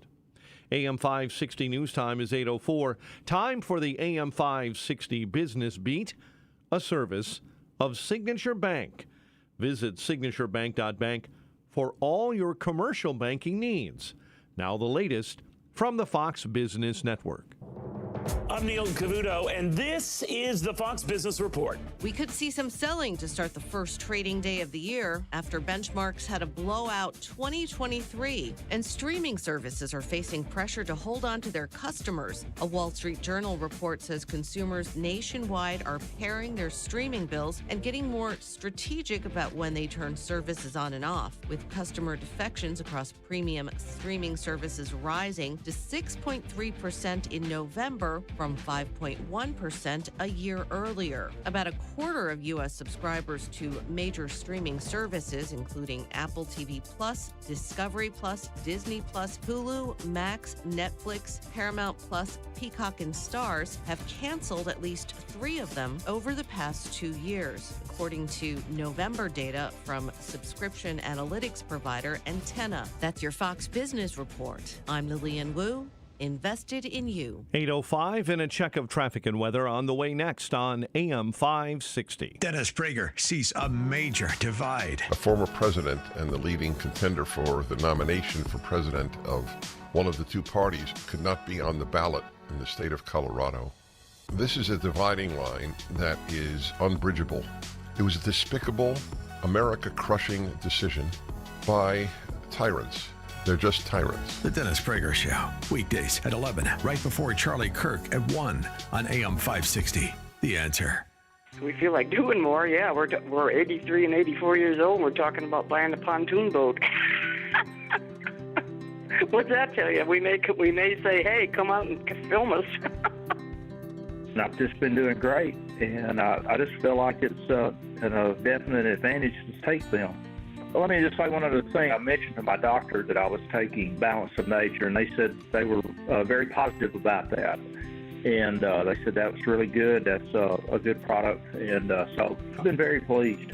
Step into the new year with a new you. Start your journey to better health by going to balanceofnature.com and signing up as a new preferred customer to get 35% off your first order, plus a free fiber and spice supplement with free shipping and our money-back guarantee. Go to balanceofnature.com or call 1-800-246-8751 and get this exclusive holiday offer by using discount code CHICAGO. Don't let everyday aches and pains keep you from living your best life.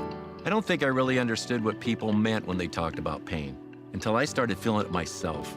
Start feeling better every day with Relief Factor, a daily supplement designed to support your body's fight against aches and pains. Not only do I move better without pain, I just feel better. Created by doctors, Relief Factor uses a unique formula of natural ingredients that target 4 metabolic pathways to address pain. Relief Factor doesn't just mask aches and pains, it helps reduce or even eliminate them. Today, I do the things I love, and it doesn't occur to me to think about pain. You can feel the difference all day, every day. Join the over 1 million people who have tried Relief Factor's 3-week Quick Start Kit. It's only $19.95. Visit ReliefFactor.com or call 1-800-4RELIEF. That's 1-800-4RELIEF. And feel the difference of Relief Factor. 8:08, and let's get an update on the roads. We do that in our Team Hochberg Traffic Center. No big problems. Edens, Kennedy, Ike, and Stevenson are off on time. Dan Ryan, though, jammed solid as you're traveling between the Stevenson and 18th due to an earlier accident. 18 minutes in, 95th into the Burns Circle interchange. Chicago's Morning Answer with Dan and Amy continues next. AM 560 Weather Center forecast with Steve Williams. A breezy day today, periods of clouds and sun, our high today 40. Partly cloudy and breezy this evening, low tonight 29. Cloudy day tomorrow, the high 35. A mostly sunny day Thursday, the high 34. I'm Steve Williams on AM 560, The Answer. We're stuck on 26 right now at O'Hare, 28 Midway, and 28 along Chicago's lakefront. Your next news update, 8:30, Chicago's Morning Answer, continues next on AM 560, The Answer. Now, from the Signature Bank Studios. This is Chicago's Morning Answer with Dan Proft and Amy Jacobson on AM 560, The Answer.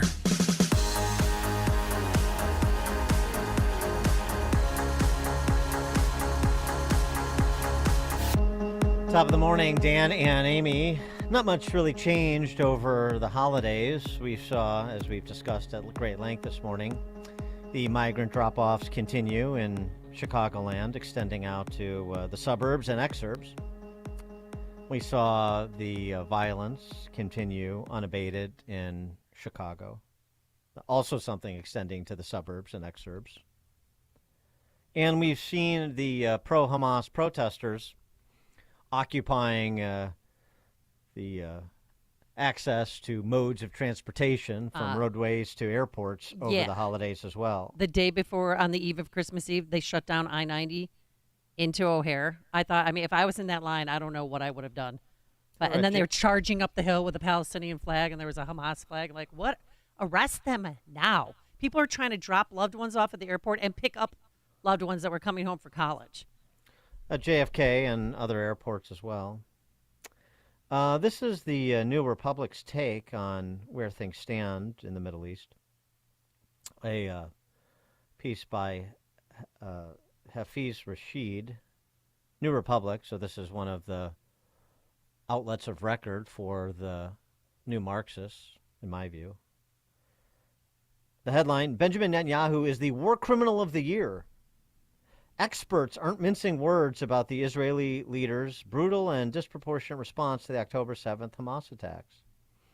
And, of course, that's a view that apparently is held somewhat widely within the State Department of the big guys administration.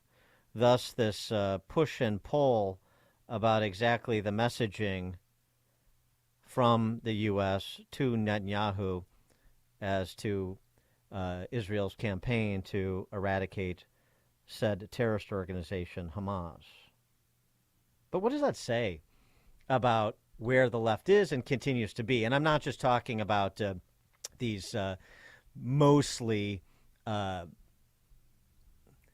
ill-informed and overeducated young people on college campuses who then spread out into the world and lay down on expressways and in front of airport terminals. I'm talking about the alleged thinking class of the left, as exemplified by the staff at the New Republic, What does that say? For more on that question and others, please be joined by Eugene Konorovich, head of the International Law Department at the Colette Policy Forum, which is a Jerusalem think tank, professor at George Mason University's Scalia Law School as well. Professor Konorovich, thanks for joining us. Appreciate it. Pleasure to be here. Thanks. Yeah. What about that New Republic headline? Bibi is the war criminal of the year. There's a horrible exercise of projection in trying to blame and victim blaming, in trying to blame Israel, for exactly what's been done to it. That is to say, the Hamas invasion of Israel on October 7th, accompanied by purposeful killing of civilians, burning families alive together, decapitations, and sexual brutality that can't even be described on a family radio station, is clearly one of the greatest war crimes that's occurred in a Western country in modern memory. And so the instinctive instinct of those who think that only so-called oppressed peoples, of which Jews are not entitled to count themselves, can be victims, is to blame, of course, the victim, which is in this case Israel. And to say that Israel, the victim of these great war crimes, is in fact the perpetrator. And that lets you change the subject from October 7th. And of course, it's baseless. Israel has fought the most careful and the most precise war of any army fighting in an urban situation. Of the maybe 20,000 casualties, up to half of them are Hamas, despite Hamas doing everything they can to maximize civilian casualties. That is better than America has ever achieved in urban combat. Oh, can we believe those numbers? We can't know them precisely. We do know that Israel, claims that it has killed, a week ago, maybe 8,000, probably now 9,000 Hamas fighters, which means that the number of civilian dead will be, total number of dead will be greater than that. If it is 20,000, that's a miracle, because typically, ratios of military to civilians is 1 to 3 or worse in urban conflict. And of course, Hamas is doing everything it can to run up the death toll of its own civilians to turn world opinion against Israel. And I think basically what I would say about the New Republic headline is the New Republic headline is, in a sense, the reason civilians are getting killed in Gaza. Because the reason civilians are getting killed in Gaza is Hamas is putting them in harm's way. Hamas is hiding behind them, knowing that it will awake the sympathy of Western progressives. And the New Republic is rewarding that strategy, meaning Hamas is going to double down on it. You talk about victim blaming. It's an interesting aspect of this discussion. Barton Swaim had a good piece over the holidays in the Wall Street Journal connecting quote-unquote anti-racism, the identity politics of the Ibram Kendis and Ta-Nehisi Coates of the world, and thus the left, the race identity politics, to anti-Semitism. And he talks about the need to blame someone. This is not the first experience where the Jews have been blamed, the need to blame someone. As Swaim writes, past eruptions of anti-Semitism usually erode from the need to blame someone, anyone, for the cataclysmic failures of a ruling political class. In Russia in the 1880s and 90s, malcontents equated Jews with Marxists and communists, blamed them for political instability. The Protocols of the Elders of Zion, the 1903 forgery purporting to reveal a Jewish conspiracy to rule the globe, was a gift to any people wishing to account for its ruin without self-criticism. Germans after World War I sought a reason for their military humiliation and economic immiseration, and we know where that went, just to cite two examples. And so here we have another example of this, and it's sort of an extension of, as Swaim argues, demonizing people because they're successful, which is the same thing that the reparation sort of anti-racist crowd do. Yeah, I think in this case there is some impulse amongst progressives to blame Israel, because the only alternative is, of course, to blame the Palestinians. And that would mean blaming what they, I think it's nonsense. Jews and Arabs are racially identical, but all Caucasians, but they see them as some kind of different race or oppressed people. And in the woke Bible, the oppressed can do no wrong. So it's a category. It's a category thing.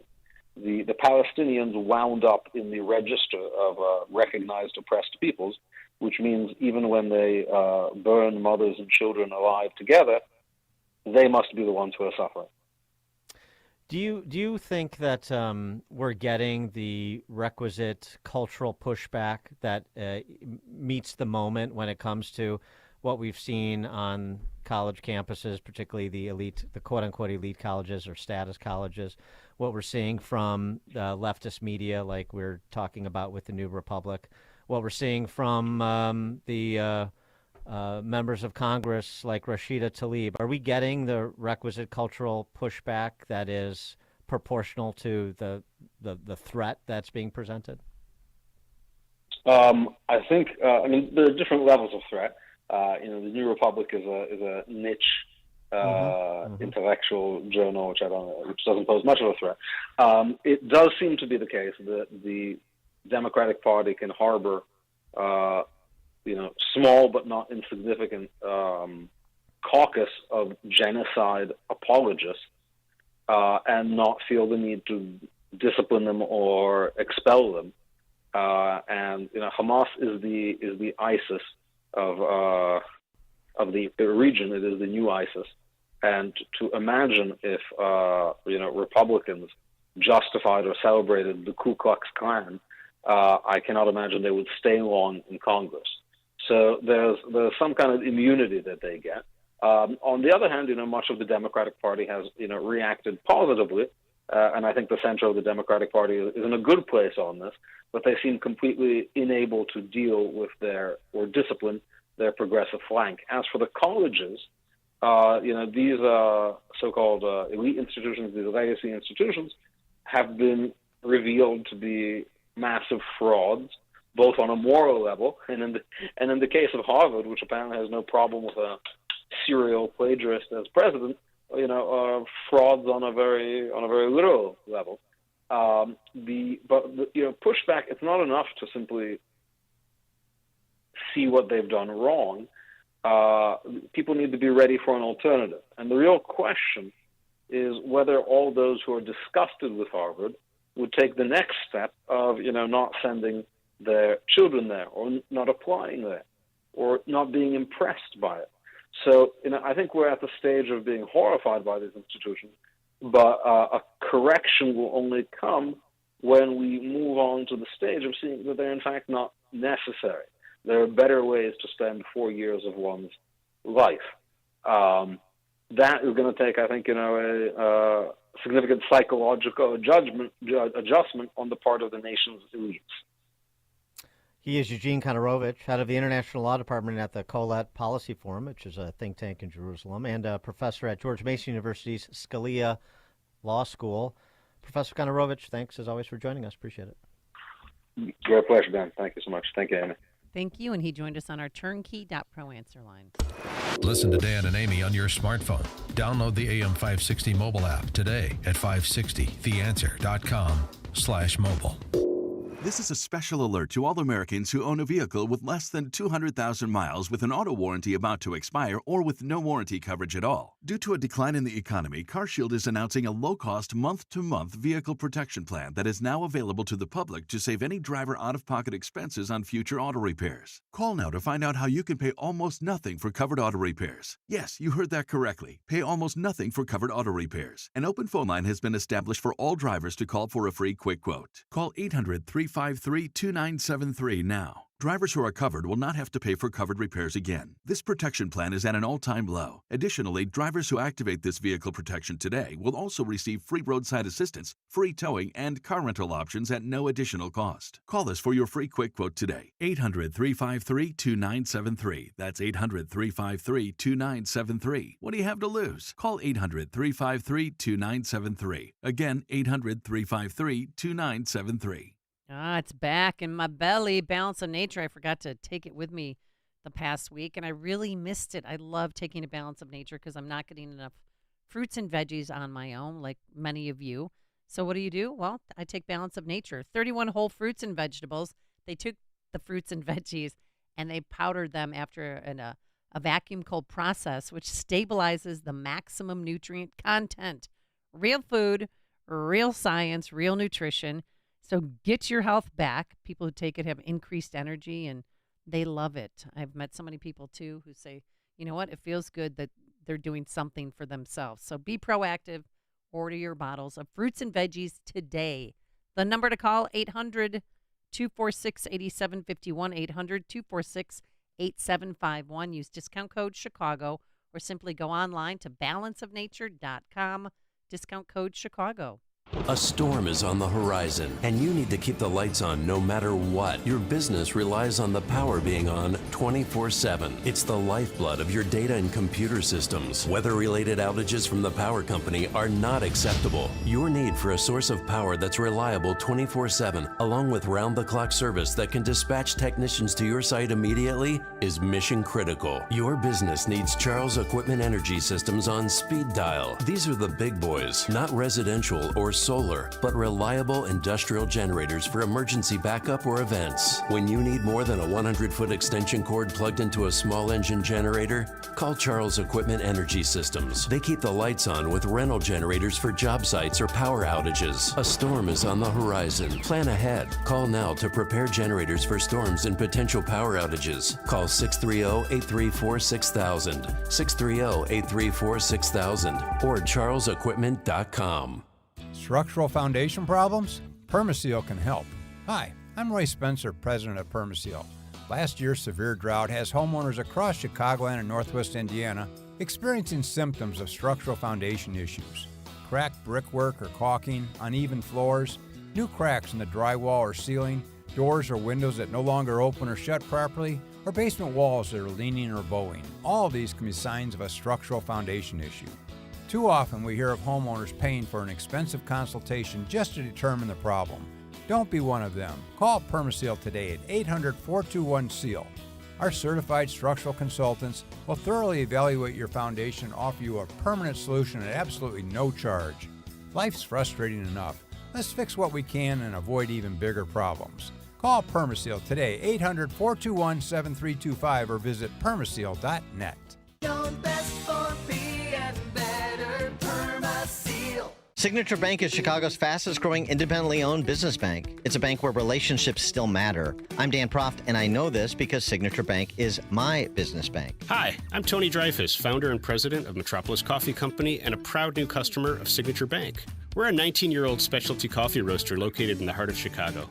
Some of your favorite restaurants and cafes serve our coffee. As a small business manufacturer, we understand the importance of working with the right bank, and that's why we made the move to Signature Bank. We were tired of the impersonal service that our large bank had provided. A friend referred us to Signature Bank, and their team was on site to understand our operations firsthand. They provided us the working capital to continue our successful business operations and to fuel our ambitions for innovation and growth.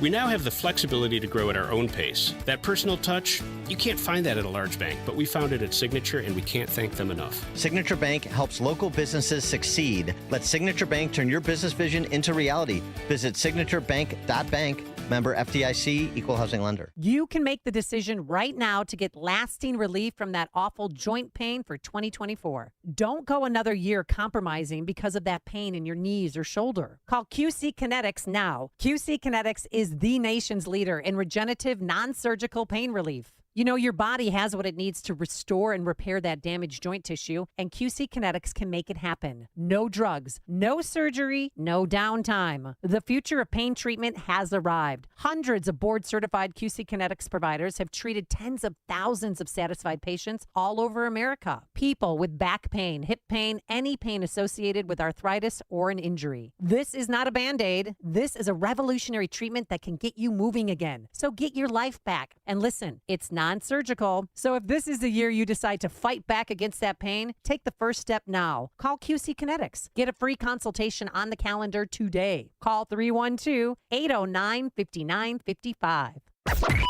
AM 560, The Answer. Top of the morning, top of the year, Dan and Amy, and apparently Amy started the year off running into the long arm of Johnny Law. I know, I missed the first part of the show because I got pulled over. Oh, yeah. Yeah, another crime spree. A mom in a minivan wreaking havoc to all of Chicago. I thought I was getting pulled over for driving too slow in the left lane. You should. If you did, I would be a witness for the state. I mean, so then he pulled me over, but I didn't go easily because there's not a lot of shoulder space, and I thought, God, if I pull over here, he could get killed. So I drove a little bit. I was kind of following me, and I'm like, no, I'm pulling over. I was waving out the window. So it was a police chase. For a little bit. We were going to Canfield, so I got off at Canfield. Like a slow motion, like Al Cowling's driving because your car only goes 45 miles an hour. Pulled me over, and I was wondering, was I going too slow in the left lane, officer? What he said, ma'am, you have an expired plate. I'm like, I do? I have an expired plate? And I said, I'm just... How did he know you're a woman? Please. I gave him my driver's It's a little license. presumptuous. So I just, and I showed him my proof of insurance. I had my hands up on the dashboard, Mm-hmm. and I thought, I'm going to get, this is it. I'm going to get pinched. I said, well, officer, hardworking Chicagoan. I have 2 jobs. I'm just trying to get to work. Sob story. Yeah. And he says, do you work at the airport, right? Are you a flight attendant? I'm like, well, thank you. I think that might be a compliment, but no. You're saying that because you're old. Not because you're hot. It's changed now. The profile and flight attendant's not the same. I know. So I wasn't sure if it was a compliment or something else. And guess what he did? Full body cavity search? No. I got a warning, a written warning. Really? This is how you do it, Dan. That's how. And I said, no, I'm on my way to Elk Grove to do a radio show. I'm a co-host. Oh, with yeah, Dan there you Proft. go. I don't know if you know who I am. Yeah. No big deal, officer. It's just, I just have a radio show to do, AM 560. We're very pro law enforcement. I just thought, but, hey, whenever. Take your time. Yeah. He said, I'm going to go back to my car so you can call USAA Insurance and get your, insurance identification, which I did, and they got it to me within seconds. Came back, but he gave me the written warning. So that's how you do it, Dan, okay? We have we actually got the call that was made by the officer, that state police, that state trooper, when he pulled you over. Take a listen. What's your handle, son? My handle's Smokey Bear, and I'm tail grabbing your ass right now. I didn't know Jackie Gleason was still on the force. Yeah, no, so today I got to go to a currency exchange and, take care of that. But I said to him, I don't have an unpaid parking ticket. I pay all my utilities on time. Oh, my God. This must have. He's just like, if you stop talking, can I write you a warning? Is that what he said? And I have to get my front headlight fixed, too. I guess apparently that's out. So I'm breaking all kind of rules around here. Yeah, all right. Big bad mama on the loose. Mom in a minivan. All right, coming up on Chicago's Morning Answer. I'm just glad he got a warning so, me or the station doesn't have to pay that ticket. Coming up at 8:38, former Levi's executive Jennifer Say on the decline in dye in corporate America? ? 8:38. But now let's head into the newsroom. Here is Mike Scott. Sunshine, 27 degrees at 8:30. Our top story, several thousand Israeli troops withdrawing from the Gaza Strip. The IDF making the announcement saying the nearly 3-month war has taken a growing toll on the Israeli economy. A collision between 2 planes on a runway in Tokyo has left 5 dead and more than a dozen badly hurt. Japan Airlines Flight 516 apparently collided with a Coast Guard aircraft as it was attempting to land this morning, then streaked across the runway on fire. The nearly 380 passengers and crew members on board that plane that caught fire were able to evacuate. But again, at least 17 were hurt. 48 are dead after a powerful magnitude 7.6 earthquake hit western Japan on the first day of the new year. Thousands of buildings are damaged, and officials are warning of more quakes possibly to come. Baseball news this morning. Tampa Bay Rays shortstop Wander Franco has been arrested in the Dominican Republic after being interviewed by prosecutors investigating him for an alleged relationship with a minor. Franco appeared before prosecutors with 2 lawyers Monday, days after not showing up for a meeting with prosecutors. Finland and Sweden have recorded the coldest temperatures this winter. Thermometers plummeting overnight to minus 40 degrees Fahrenheit as a result of a major cold snap in Europe's Nordic regions. More suburbs are planning meetings today to address the growing migrant crisis. Some asylum seekers are still waiting for space in shelters in Chicago. Meantime, migrants who cross the border illegally are increasingly being left in suburbs around the area. And an early morning fire results in one fatality, sending another person to the hospital in the southwest suburbs. Roberts Park Fire says it happened around 2 a.m. near 87th and 80th Court in Hickory Hills. Bulls take on Philadelphia tonight while the Blackhawks battle Nashville. The Bears continue preps for their season finale against the Green Bay Packers. College football or college basketball tonight. Number 9 Illinois and unranked Northwestern at the State Farm Center. And in college football, Michigan moves on to the college football playoff national championship game, taking down Alabama in overtime 27-20. The News is a service of Staples Stores. The more you save, the more you print, the more you save. Get $20 off your print purchase of $100 or more, $50 off your print purchase of $200 or more, and $100 off your print purchase of $300 or more. Ends 2/10/24. See staples.com/print for details. Print more, save more at Staples. A check of traffic and weather is on the way next on AM 560. Dr. Sebastian Gorka knows where the hate is coming from. Despite the fringe elements, the institution, whether it's the president of Harvard or whether it's, the Democrats walking down with the LGBT for Hamas, the institutionalized Jew hatred is coming almost exclusively from the left in the West. America First with Dr. Sebastian Gorka. Afternoons at 3, right before Sean Thompson at 4 on AM 560. The Answer. In Dinesh D'Souza's new blockbuster movie, Police State exposes the government's plot to control MAGA conservatives. These are anti-government. We have freedom of religion and freedom of speech. Violent extremists, and they must be dealt with. MAGA Republicans threaten the very foundation of our republic. Mass surveillance, censorship, and armed attacks. There's nowhere to hide. FBI, we have an arrest warrant. 15 marked units on my property. Military-styled soldiers pointing an automatic rifle at my head. Are we becoming a police state? It may be the Russia other people grew up in, but not my America. Directed by Dinesh D'Souza, Debbie D'Souza, and Bruce Shuley. Police State sounds the alarm. What we need is a person, and then we go find out what crime you did. How did we give the state this kind of power? Police State. They have their lists. Are you next? If they're coming for me, they're coming for you. Police State. Buy it or stream it now at salemnow.com. salemnow.com.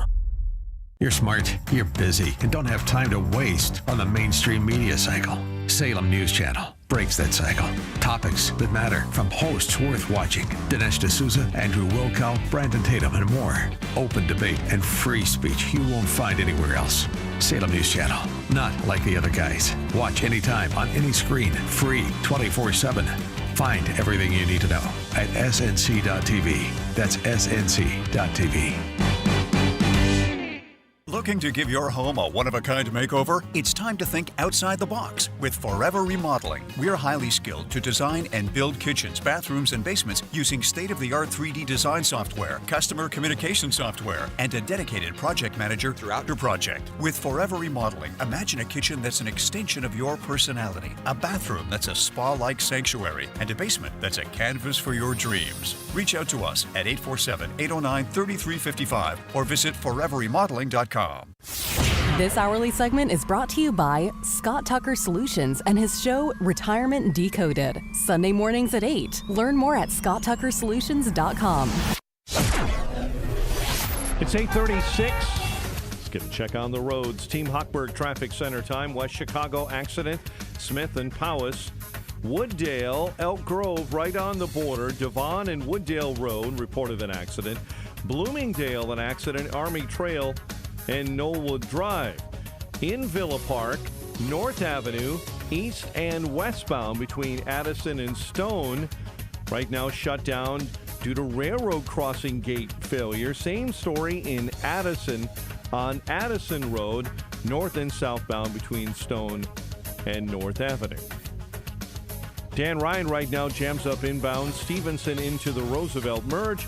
12 minutes in from 95th. Chicago's Morning Answer continues next. AM 560 Weather Center forecast.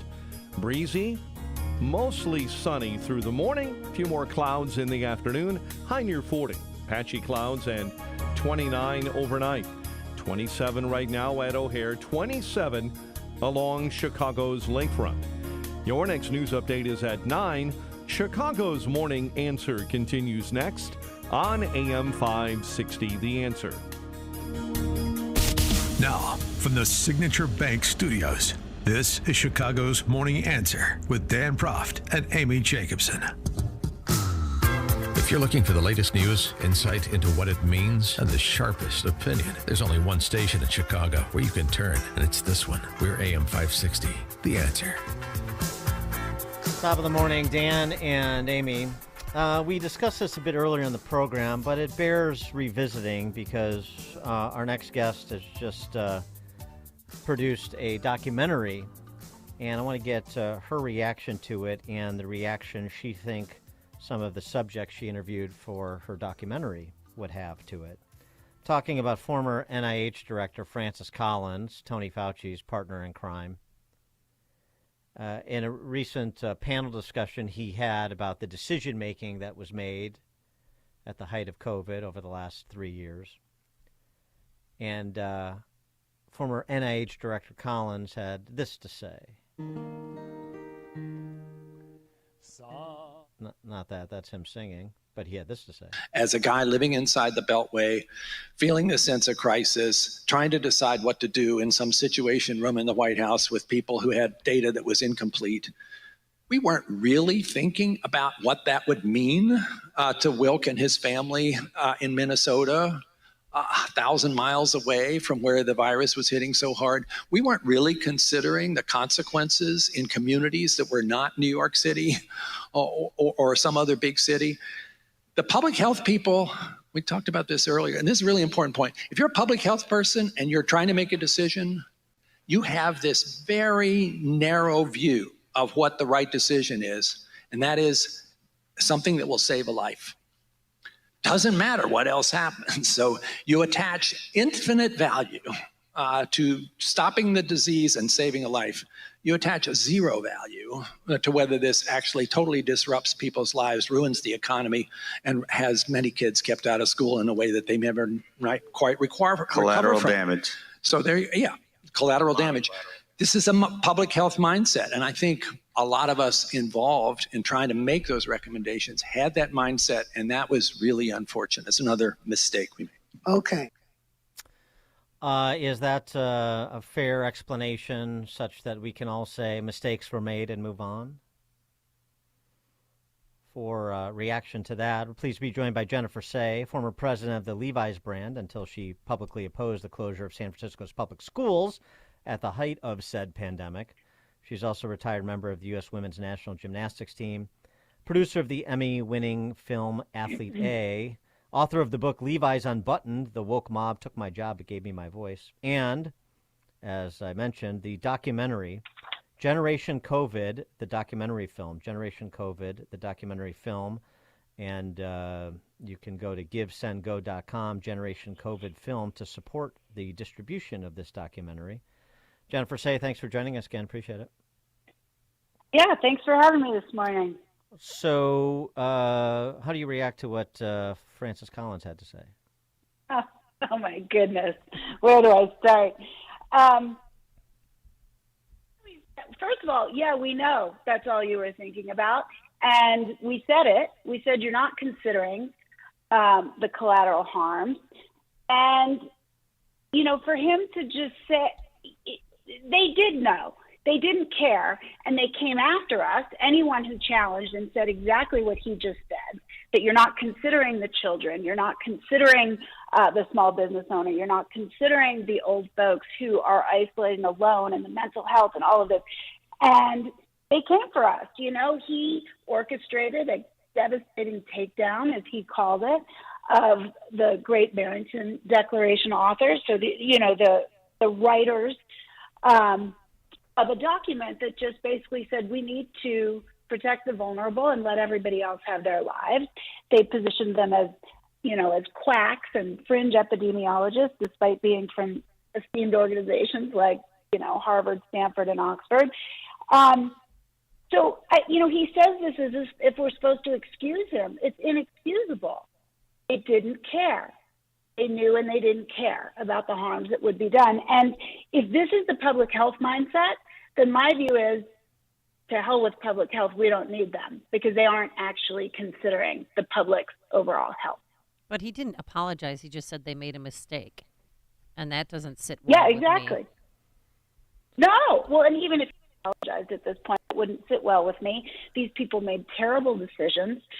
They're going to cause lifelong harms for young people, and I can get to that in a second. In terms of the children we followed and interviewed for our documentary, they didn't care. So no, he doesn't apologize, and it's not an honest mistake. There were people sounding the alarm and telling them, they can't just say we didn't know, right? There were people out there that were sounding the alarm, and they were saying, respectable people, doctors, scientists, epidemiologists, they were saying this is not the way to go. And rather than engage in dialogue and conversation, which would be the scientific method, they smeared them and they tried to take them down. So it's inexcusable. And again, if this is the mindset of public health, then I don't think we need public health as an organization, because they aren't in fact considering the public's overall health. Well, it's also disingenuous what he says when he compares, we're focused on saving lives, essentially, the public health professionals were, and others were focused on economic concerns or educational development concerns. And the conversation was, yes, it included those sorts of issues, but it was always lives for lives. The real criticism was you are going to cost more lives than you're going to save. And that's what he sort of glosses over, too, which I don't appreciate, because he makes it sound like people who are being critical of public health are choosing dollars and cents or their kids' educational development over other lives. And that's not true. Yeah, I mean, what he fails to speak to, which many of us at the time said, is that curtailing a child's developmental and educational opportunities does impact the length of their life. It impacts their opportunity. We know the children who do not graduate from high school they're 4 times more likely to end up in jail. Their lives are shorter. Their earning potential is shorter. Their quality of their life while they are alive is much, much poorer. They're more likely to live in poverty. So it is completely disingenuous. You're right, because we are talking about saving lives by enabling education, and they took that away from kids. And the ones that are the most vulnerable, the kids living in poverty, the poorest children, are the ones whose lives are impacted and, yes, shortened because of it. So long after adults, resume their lives, we went back to restaurants, bars, clubs, packed stadiums. Children were still at home in virtual school. Yeah. So you wrote this documentary. I've talked to you about it before, and we both have, Dan and I, Generation COVID. Tell people, the kids that you interviewed, from what part of America and what you learned. Yeah, I mean, we tried to represent the broadest geography and the broadest swath of children and families across America. And we followed about 10 children for over a year to understand how this has impacted their lives over time. It's mostly teenagers that we spoke to, although there are a few younger children in the film. And it's, like I said, it's children from New York, Oregon, Colorado. We have kids from rural communities and urban communities. We have children with developmental disabilities. We have families that lost a child to suicide, a young man in Connecticut who took his life after being home on Zoom for a full year. We have another family in Colorado from a lower income family. Her daughter started to just stray without the kind of structure and community of school, and she ended up losing her life to an accidental overdose at just 14 years old. So, I mean, it's completely tragic. School, as one of the parents says in the film, it's so much more than education. It's everything when you're a child. It's your community. It's where you get positive feedback. It's all of the structure you have in your day. It's where you do activities and play sports. If you're having a tough day and a teacher gives you some encouragement that lifts you up, we took all of that from these children. And to your point, Amy, adults were able to go to fully packed stadiums. Kids were still onerously restricted a full year. Half of America's public school children, a year after schools first closed, that's 25 million children, were still not in school. And a year after that, they were still in disrupted school. It's completely insane. So who do the parents put the onus on? Because, part of this discussion, and we've been having it for a long time now, since the beginning, and it continues, is the reckoning. And the reckoning that really hasn't occurred. I mean, there's some people that have offered mea culpas, genuine mea culpas, and have sort of come over. And there's people that have been sort of deprogrammed through through not being afraid anymore, and through then really consuming information and thinking about things, and that happens.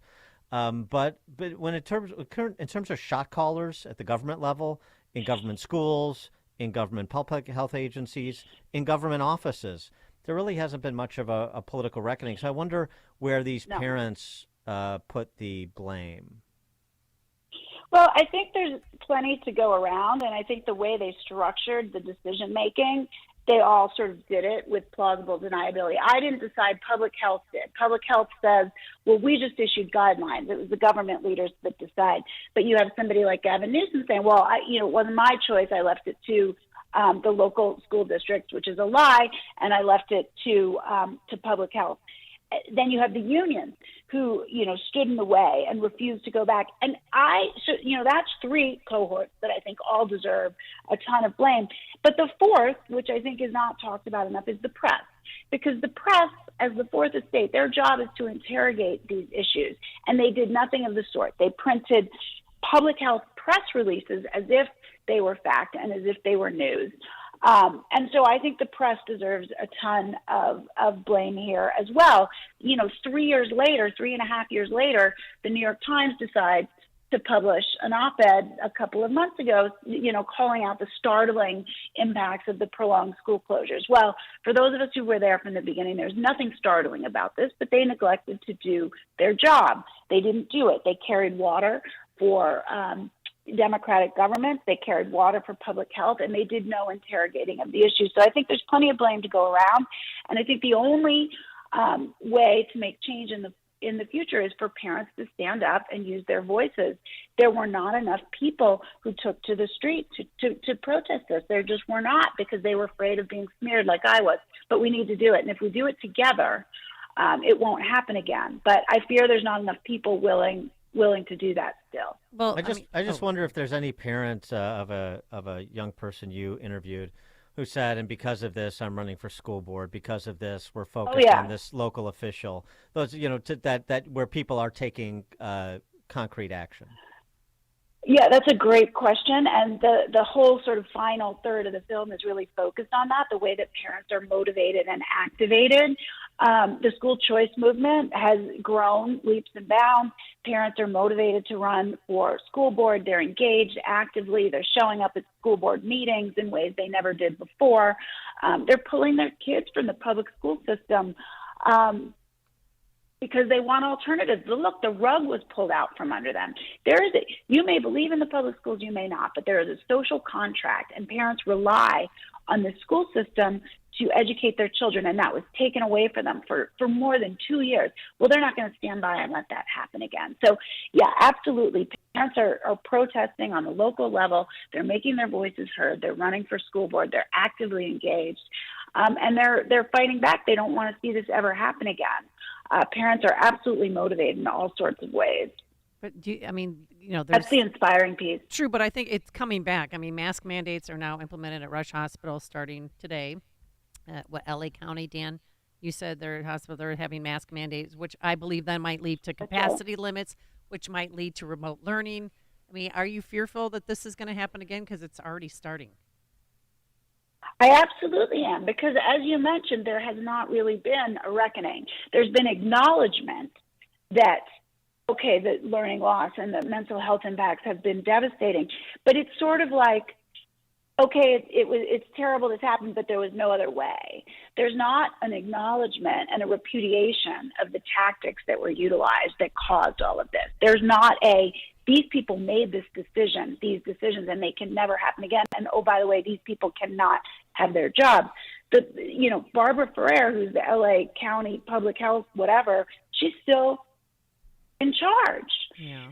So, we can't stop, and it's not enough to acknowledge the harms done. It needs to be acknowledged and embraced that these harms were done. They were unnecessary. These tactics were terribly dangerous for our children and for our, even, beyond the kids. I mean, I'm obviously focused on the kids, but small business owners, the elderly, everybody. I mean, the isolation, all of it has affected us all. This can never happen again. And we are very far from having made that clear, because if we make that clear, it is inevitable that you have to make the decision that the people who made those decisions can no longer be in office or in power. And we are nowhere near that. Speaking of that, where are you in your political journey? Because I remember when we first talked to you about being bounced from Levi's, that you said, I was a woman of the left in San Francisco and so on and so forth, and I'm sort of moving to the middle, and so I just wonder where you are.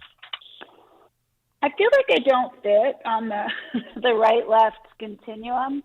I'm an independent here in Colorado, which, I joined over 40% of my fellow citizens here in being an independent, so I'm in good company.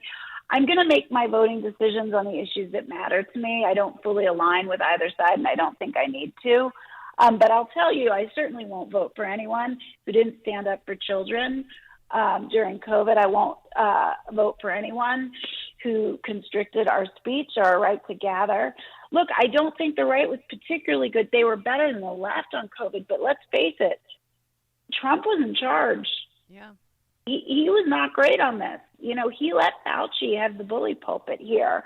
And so I'm not particularly pleased with that cohort either. Mm-hmm. I'll just, make decisions based on the issues, and I'll prioritize the things that matter most to me, which is probably going to be a little bit heterodox and not line up with either side. Jennifer Sey is the former president of the Levi's brand. The book she wrote about that, Levi's Unbuttoned, The Woke Mob Took My Job, But Gave Me My Voice. She's also producer of an Emmy Award-winning film entitled Athlete A, former member of the U.S. Women's National Gymnastics Team. Her new film that we've been discussing, Generation COVID, the documentary film. Generation COVID is the film, and you can support the film at givesendgo.com/Generation COVID film. Jennifer Sey, thanks as always for joining us. Appreciate it. Thank you so much for having me again. Happy New Year to you both. Thank you, Jennifer. And she joined us on our turnkey.pro answer line. It's what Chicago is talking about. It's Chicago's Morning Answer with Dan and Amy on AM 560. The Answer. Happy New Year from Ira Antelis and all my friends at 120 Life. Lowering your blood pressure is a commendable, health-conscious New Year's resolution, one you should be proud of. 120 Life is here to help you with 5 tips. First, cut back on your salt intake. Excess salts contribute to high blood pressure. Second, exercise regularly. It will help you lose weight and improve your cardiovascular health. Third, cut back on smoking, alcohol, and caffeine, or eliminate them altogether. Fourth, eat balanced diet rich in fruits, vegetables, whole grains, and lean proteins. And lastly, drink 120 Life, a juice drink and a powder mix that lowers your blood pressure naturally without the side effects of pharmaceuticals.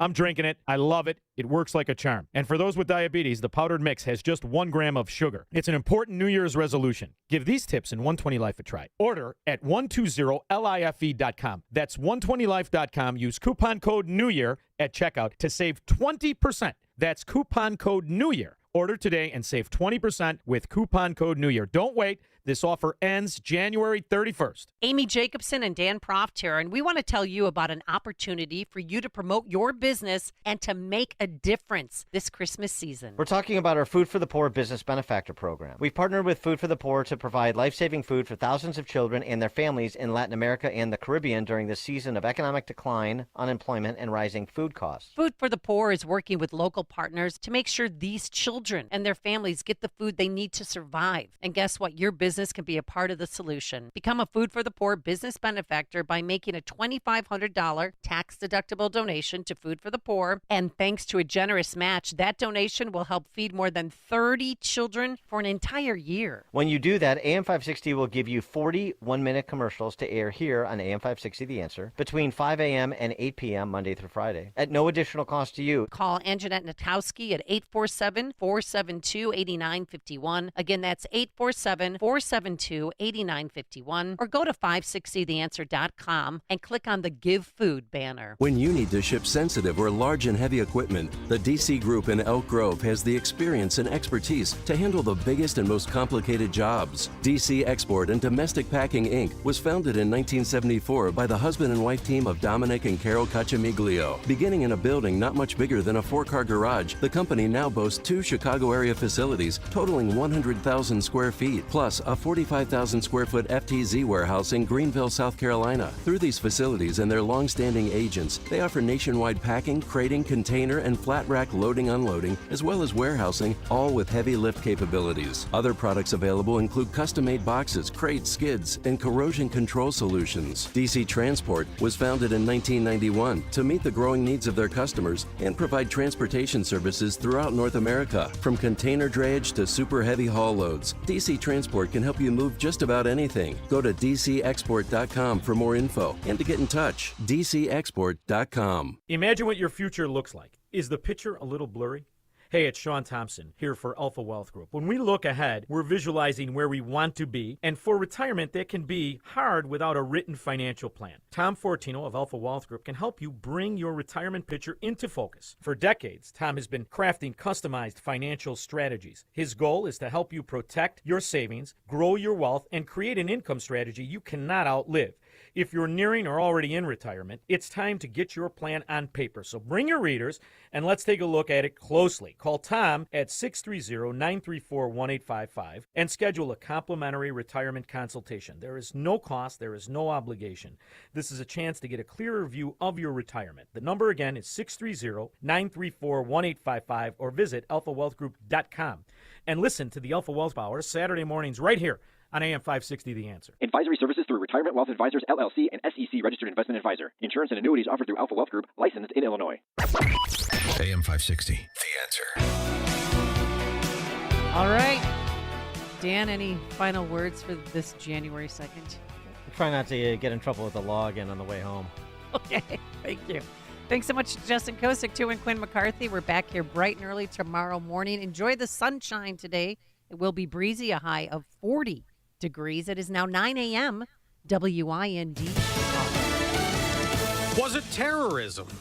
I'm Dave Anthony, Fox News. The FBI is investigating that in Rochester, New York, after a fiery crash early New Year's Day as people left a concert. Rochester Police Chief David Smith says a Ford SUV barreled through the crowd, hitting an Uber, sending them into a group of pedestrians and 2 other vehicles. Once the fire was extinguished, first responders located at least a dozen gasoline canisters in and around the striking vehicle. The 2 passengers in the Uber were killed. The New York Post reports that the driver, identified as Michael Avery, died of his injuries Monday night. Police say Avery's Rochester hotel room turned up a suicide note and journal. Fox's Tanya J. Powers. Israel says it will defend itself at the UN's International Court of Justice at The Hague, calling the case against it absurd blood libel. South Africa is urging the court to order Israel halt the war in Gaza, claiming it's genocide. There are intense battles against Hamas going on again today in southern Gaza, but Israel is scaling back the fight in the north, withdrawing some troops. And Fox's Trey Ingst reports from Tel Aviv. Israel also hoping the next phase in fighting will allow some of the thousands of displaced residents near to the border to return home. Israel's Homefront Command announced residents living 2.5 miles or more from Gaza can now go back. Much of this area was previously considered a closed military zone. The wreckage of 2 planes that collided smolders on a Tokyo runway. 5 people on board a Japanese Coast Guard plane were killed when it hit a Japan Airlines jumbo jet. The crash then triggered an explosion on board the passenger plane and then a massive fire which engulfed the entire plane. Everybody was off that plane when the explosion and the fire happened. Fox's Greg Palcott. This is crews still search for earthquake victims in Japan, where at least 48 people were killed and thousands of homes and buildings are damaged. There's some selling on Wall Street to start the new year, giving back some of 2023's big gains. The Dow's only down 20. The Nasdaq's falling more than 200. America's listening to Fox News. 27 degrees. Skies are mostly sunny at 9:02 on AM 560. The Answer. Good morning. I'm Mike Scott. More suburbs are planning meetings today to address the growing migrant crisis. Some asylum seekers are still waiting for space in shelters in Chicago. Meantime, migrants who cross the border illegally are increasingly being left in suburbs like Hinsdale, Woodstock, Joliet, and Buffalo Grove. Those communities and others will either vote on or introduce ordinances today to regulate buses before that could drop off migrants unannounced in their communities. An early morning fire today results in one fatality, sending another person to the hospital. Roberts Park Fire says it was around 2 a.m. when they were called to an apartment building at 87th Street and 80th Court in Hickory Hills. Smoke detectors were working throughout the building, but fire crews could not tell if they were in the unit that caught fire. An investigation is underway after a body was found on the Calumet Riverbank on Chicago's south side. The discovery made early yesterday in the 2100 block of East 130th Street. Shecky Greene, the gifted comic and master improviser who became the consummate Las Vegas lounge headliner, revered by his peers and live audiences, has died. He was 97. Born Fred Sheldon Greenfield, Shecky Greene took to singing, acting, and making jokes while growing up on the north side of Chicago. The news, a service of Dan and Amy 24/7, around the clock, all day, every day. Listen now, danandamy247.com. A check of traffic and weather is on the way next on AM 560. The Sean Thompson Show. Ruby Freeman and Shea Moss, they were